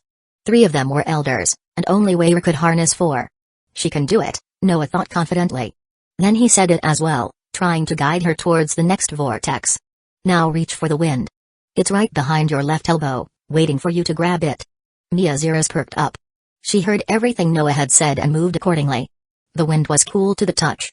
It began circling her wrist in a playful breeze, reaching all the way to her heart. Another success. The 4th element was within her grasp. Now her talent was close to the sect leader's level, proving her monstrous genius once more. All 4 of them reacted. All 4 of them welcomed her and remained by her side. They glided across her skin, not leaving her side. The more Noah and the others observed Mia, the clearer it became that not only did she have affinity with the 4 elements she had tested this far, but her control was exceptionally high as well. Her perception of sensing them was S rank for a reason. But it was only the beginning. There were 3 more elements to confirm. Mia's fingers trailed to find lightning. It snapped at her, sending sparks around her in an instant, making her hands twitch in comfort, not in pain. Much like the wind, it would also affect her speed, reaction, and ranged strikes. But instead of allowing her to rule sounds, the lightning could aid her in breaking seals and the use of strong kinetic energy. It was the 5th element. Only strong cities or even kingdoms would have a single person who could govern over 5 different properties of chi. She was guaranteed to reach higher realms and even transcend mortal life. Someone with her talent could change countries or affect the planet itself. Young Kiki continued displaying her strong sense of camaraderie with Mia, yelling each time she harnessed an additional element. "She is going to conquer the world," she declared proudly. "Mark my words." Ceres was watching the scene with a confused expression. Not because she was surprised by Mia's talent to wield almost every element, but because she wanted to know more about the product she had been using this entire time. On paper, items that could check one's attributes weren't rare. Neither were the people of her talents common before her eyes. With the amount of experience she had, the strength was something that would never surprise her. However, something did pique her interest. The spinner did so much more than it met the eye. Its effects were so strange and simple at the same time that she didn't know what to make of it. For one, it put Mia in a state that she couldn't just explain. It looked like cultivation. But it was also being in a completely calm condition with no other distractions around. However, it also gave Mia the option of interacting with the world. Though barely, it was still enough for her to touch the glowing and spinning chi that surrounded her. Noah's employees had reactions that he had also noticed. Chen Hao stood still. The bald boy looked unsure of what was going on. Everything was beyond him, and he had never felt this small in his entire life. King Juan rarely showed emotions. But now, even she seemed overwhelmed by them, especially since something told her from her heart that Mia wasn't planning to stop. Zhu Hanli blinked beside her senior sister. She is his sister, she mumbled, locking eyes with King Juan and Chen Hao. I am not even surprised she is doing that. According to her logic, the logic didn't work around Noah. Then why would it bother with Mia? The girl in question fought through the resistance that the Chi decided to erect in front of her. Either she was pushing too hard by leaving the calm state, or the world was against her, fearing what might happen if she awakened the sixth or possibly the seventh element as well. Yet, she didn't stop. Her greedy nature won against all odds, and her hand halted inches away from the swirling darkness. It didn't lunge at her the same way as others did. The shadow only wrapped around her fingers when she touched it, dancing around as if it had been waiting for her. Shadow was a stealth art. It was tied to assassination, curses, and forbidden techniques. Now, even the sixth element covered her body. The weight of these different energies pressed her down. They collided with each other, fighting like children who couldn't share a single toy. But instead of being a toy that they could play with, Mia was their governor. She had a hard time using her authority, but even a tiny fraction of her will was enough to calm them down. So she created an opening to use the last remaining force to move her hand. Mia could no longer hear Noah's instructions. She had to find ether. The most chaotic and raw power in this world. It was hiding at first. Like it was cowering in fear, like it was too shy to show itself. The vortex that should have been constant and unmoving tried to dodge Mia's already weighted hands.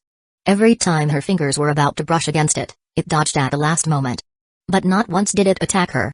When Mia inhaled deeply, burning her lungs to gain one last momentum, her hands moved faster than the playful sigil. Then, she touched it. For a second, nothing happened, keeping the world in its original state. But suddenly, her eyes glowed, and other elements floated out of her body, exploding in one great blast. Chapter 73, Hunger for Power. The explosion was significant, but it didn't extend beyond the area where Mia was standing. It made no sound, nor did it cause the world to tremble. Even the air halted before her. However, it was unexpected and quick, dropping both Yunkiki's and Noah's hearts to the ground. Big sister?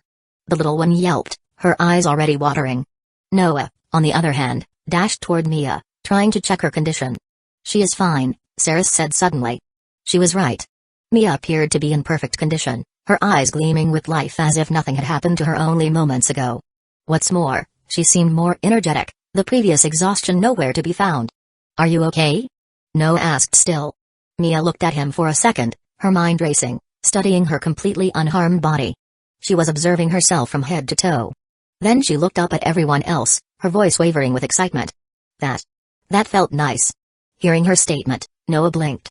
Not only is she fine, but that explosion felt nice. He repeated in his head, staring at her again, as if trying to make sure that she was actually doing good. It was marvelous, Mia added, grinning. Now her voice carried a trace of happiness as well, finally calming Noah's nerves.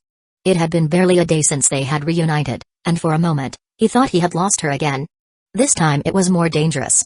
But seeing her usual temper, he sighed in relief. Yunkiki arrived before her, clutching her tiny hands around Mia's waist. She was glad for her survival. Much like Noah, she looked concerned, worry evident on her face.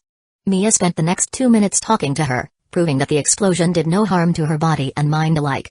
On the contrary, she felt lighter. It wasn't only about her weight, as her spirit felt liberated, stronger even. Amidst her long explanation, Saris chimed in, offering her vast knowledge to help her better understand her situation. It's happened because you linked with all 7 elements this world has to offer. This is extremely rare, and I wouldn't be surprised if there was no one like that in this galaxy. That rare? Noah thought inwardly, almost jumping in joy. Yes, his sister was a trillion times more talented than others and could potentially shake every world in their galaxy and maybe beyond. But it didn't discourage him.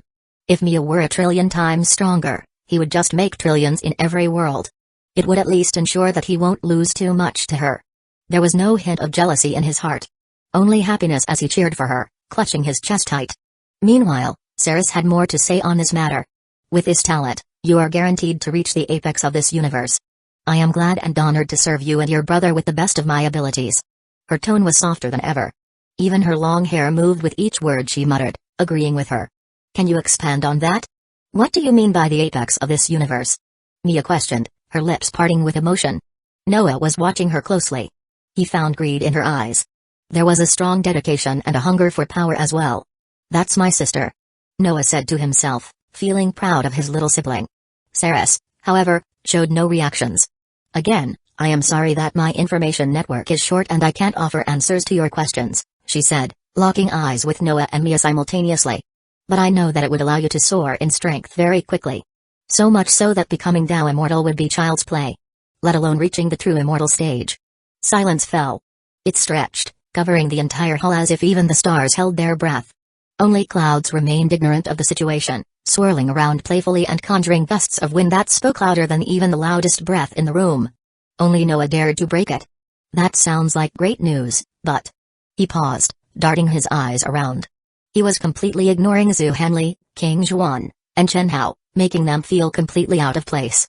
Still, he continued smoothly, as if the challenge was just a single step he had to overcome. But why do I sense that there is something bad about this? Mia nodded as well. She couldn't fully explain it, but she also guessed that something was wrong. It started when the world seemed to oppose her. Even the air seemed scared, forcing her to stop the awakening process. And now that she still won and achieved the full elemental affinity, the strange tingling sensation didn't vanish. Correct guess, Ceres agreed. The planet itself and its rules were designed to protect it from destruction. Now that it feels threatened by you, things will only get harder. Fate will rise against you, misfortune will fall, and destiny itself will crumble. All for the single purpose of destroying you. The siblings gulped. Yet Mia had always been good at putting up a strong front. At least that's what Noah thought before she opened her mouth and spoke with a confidence that even he would gladly take notes from. So I have to fight against heaven? Isn't that like the coolest thing ever? No hesitation. No fear or uncertainty. She felt like a main character who had to rise from nothing and destroy the very world that opposed her. Noah was proud of her again. Yunkiki, however, exclaimed once more, causing even the clouds to stop for a second. You are so cool. I don't think that the world can win against you. Noah nodded at her words, remembering the book they had started the awakening ceremony for in the first place. And as he was about to remind Mia of her love of fireballs, something glided through the floor. His eyes narrowed instantly. What is a slime doing here? He questioned, trying to catch the little creature. Chapter 74, Slime. The slime was colorless. Or maybe it seemed like a blend of every color. That's not either, Noah thought, his hand still moving to catch the uninvited criminal who dared to listen to their conversation. Perhaps a mix of every color should have created a white shade. But the slime lacked shades as well, appearing devoid of every possible color imaginable. It also slithered around the floor, cold and distant, absorbing all light and leaving behind no sound, no heat, no trail. Noah watched it appear and reappear. The slime passed behind rows of books, then vanished entirely. Its absence lasted only for a moment before it emerged once more, nearing Mia. A shapeless blob of energy, barely visible, was drawn to his little, adorable sister, and there was no way he would stay still. So he continued his attempts to catch it. No one else reacted. Noah was the only one who noticed the slime. With fingers spread and palms open, he reached out carefully. The thing felt his presence, twitching before darting away. Noah lunged at it. Though his group couldn't see the colorless slime, he was still visible, causing Mia and Yunkiki to exchange glances. What are you doing? The former asked, frowning. He ignored her question, increasing his speed. Finally, Noah's hand closed around this formless energy, clutching it tightly. The slime resisted. It wanted to slip between his fingers, but he held on, feeling its faint pulse. Then the thing glowed, and suddenly, everyone turned to him. The blob was visible this time. It still lacked color, but its glowing effect was enough to catch their attention. What is it? Mia asked. Zhu Hanli also seemed interested, stepping forward to inspect the creature. Yunkiki acted the same way. She walked on her tiptoes, closing the distance with playful eyes and a mischievous expression. But the slime hovered above Noah's palm. It showed properties everyone could recognize. Especially Mia, as she was the one who had experienced them only moments ago. Swirling around like a calm tornado, it had traces of fire, wind, water, lightning, earth, shadow, and ether. All blended with each other. This thing came from me? The girl asked, staring at the condensed mass in Noah's hands. Ceres wanted to explain. She knew a thing or two about this slime, even if her knowledge was limited. But Noah spoke first, guessing. Its materialized essence. The effect of the explosion before, as it was born when every elemental type collided together. The novels he read, the games he played, and the time he spent on Ligma united to form this theory. As someone who had shared the same interests for years, Mia quickly understood what he was trying to say. That's why her eyes narrowed. She also formed another hypothesis. Okay. Hear me out, she started, gaining attention from people around her. Even Saris crossed her arms, clearly interested. I thought they were fighting at first. The pressure they exerted and the energy they absorbed misled me. What if they wanted to combine from the beginning? And the explosion was a result of a wish. As for its remains, they scattered to sink into that thing. She ended her theory by pointing at Noah. She was pointing at the slime, to be exact, a slight smugness appearing on her face. So, it's like an elemental waste. Noah concluded from her speech, glancing at Saris to deny or agree with her observation. Mia, meanwhile, shook her head. More like elemental juice, who has nowhere to go. Noah shrugged, noting her discovery. Saris clapped suddenly, air combing her hair to meet her needs, before she opened her mouth. I couldn't explain it better. That's right, these slimes are created when elemental energy reaches its absolute limit and explodes. But it happens only with 1 or 2 elements at a time, birthing weak creatures such as this with really short lifespans. She straightened her back, her hand resting on a huge book in front of her. But this thing? It was created by not 3 but all 7 elements. Something I doubt would happen naturally in nature. So it's safe to assume that it will be stronger with a longer lifespan? Mia asked, this time nearing the slime to take it in her hands. Saris didn't speak. She just shook her head. No? Mia asked again, rubbing the slime's soft surface. No, Saris said this time, grinning. It's just immortal. Silence didn't have a chance to settle. Mia was too starstruck to remain quiet even for a second. What? Does it have an infinite lifespan? To her surprise, Saris shook her head again, but she was kind enough to explain on the spot. No. It just can't die. Can't be killed and can't be damaged. Noah gulped, staring at the slipping creature in his hand. It was heavier than it looked, sending pain in his wrists and back simultaneously, as if asking him to rest.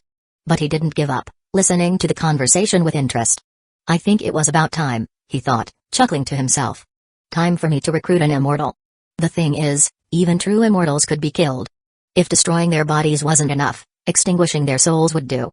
And if that didn't work, why don't you try both of them at the same time? It would surely send them to the reincarnation cycle. But Mia had somehow created a creature that defied this simple rule of the universe. Saris didn't allow the siblings or their group to waste more time thinking, deciding to continue and finalize her explanation. But Master Noah is the only one who can tame it. She dropped it like a bombshell. Because he was the owner of the toy that was used for the vortexes to appear, the slime would only be useful for him. It actually made sense. The fidget spinner was Noah's product. The very place they stood right now belonged to him. Hell, even Saris worked for him. Of course, the elemental waste that was born from Mia's first attempt to control it would belong to him. Thankfully, it wouldn't affect her ability to control the elements in any shape or form. The hall is dangerous for the mortal mind. I think you should hurry up and start learning how to use that fireball technique you wanted. Saris said, snapping Noah and Mia out of the daze. Chapter 75, Teaching Finally. The time had come. Everything Mia had to do before learning the technique had been completed. Are you ready? Noah asked. The 50 true spirit coins he had to pay for the book were ready as well. Though he struggled to hold the slime, as it constantly tried to slip between his fingers to continue slithering across the floor. Still, he gave the coins to the girl, nodding. Mia smiled at his gesture. I might have been born for this moment, she said, her heart racing to the limit. Suddenly, the coins dissolved briefly in her hands. Then the energy flowed into the book, aligning its internal chi to match her breathing. After activating the book, the pages began glowing. In an instant, the fire chi burst into a strong arc of flame, enveloping Mia completely. She seemed comforted by them. A deep smile manifested on her face as flame-shaped projectiles materialized in front of her, covering her entire vision. Sometimes they floated around her. Sometimes they stood still, showing her something. Mia took 2 steps ahead. Noah watched her closely, both of their eyes turning wide as the understanding settled in. She was looking at a path. The path she had to follow to master the skill. Instinctively, her hands moved, mimicking the scene before her. She tried to etch it in her memory, then into her very body, and even though the motion wasn't perfect at first, the progress was there. However, her fingers remained too stiff, and her control of chi too crude. She is doing it. Noah watched her and knew she would do it, seeing how the flame was responding to her wishes. Even a tiny spark appeared from her palm. It flickered out, but at least it existed for a moment. Another set of fire materialized from her soon enough, enveloping her entire palm this time. It also moved faster. It spun in the air before finally dissipating. Noah was observing her, as even he could see the projectiles. They looked like afterimages, floating around the air and showing each step she had to follow. However, Though Mia's talent to manipulate elements and cultivate was beyond everything this world, and possibly the galaxy, had to offer, she struggled to follow the instructions. So he stepped up, nearing her. "Watch me closely," he announced softly, standing in a better stance than she ever did. Mia's sharp eyes narrowed, trying to mirror his position. "That's not it. Leave more space between your legs and add more strength to your elbows. You aren't putting enough strength into it, and your breathing is out of sync." Noah expanded his explanation. He offered her a better picture of how to create and then launch flame from her palms. Though the only thing in his hands was a playful slime. Strangely, the creature stopped resisting, allowing Noah to move more calmly. Mia didn't blink. She adjusted her stance and tried again. It worked. The flame stayed longer, flickering with enough energy so she wouldn't lose it like previous times. Again and again, the projectile guided Noah. He, however, demonstrated and better explained to his sister how to follow its instructions, mimicking the flame techniques with near-perfect precision. The emotions his actions caused varied. As always, young Kiki was enthusiastic in every situation. Her cheeks, still carrying the baby fat, showed her adorable smugness. Noah's employees no longer seemed amazed. Nor did they look surprised or confused. Mia and her talent were within their expectations, even if Sari's words that she would have to challenge the heavens startled them. But at the end of the day, it made sense. Then there was a truly immortal being. One that looked like Noah's familiar and had been born from a never-before-seen phenomenon. This was another reason for them to exchange glances. And just like before, they could understand why it could have happened to Noah. However, now they saw something that neither of them had seen before. Noah was being active. Every miracle he had shown thus far had been achieved by his status alone. As if there had been no need for him to act at all. But this situation was slightly different. Now it was his time to show how talented and caring he could be. This entire time, they had been viewing Noah as a divine being who had no emotions and acted solely by his motives. It was nothing but a flawed thought. Someone at Noah's station didn't lack simple things like emotions. There was no way a perfect being like him would lack something. He was just beyond them. The rules they thought he had been bending all along, in fact, were written with him in mind from the beginning. There was no path he followed that separated him from others. Noah was just quietly building his own. And now he was helping his sister do the same thing, as if creating a myth before their own eyes. Mia followed his stance closely. She stumbled.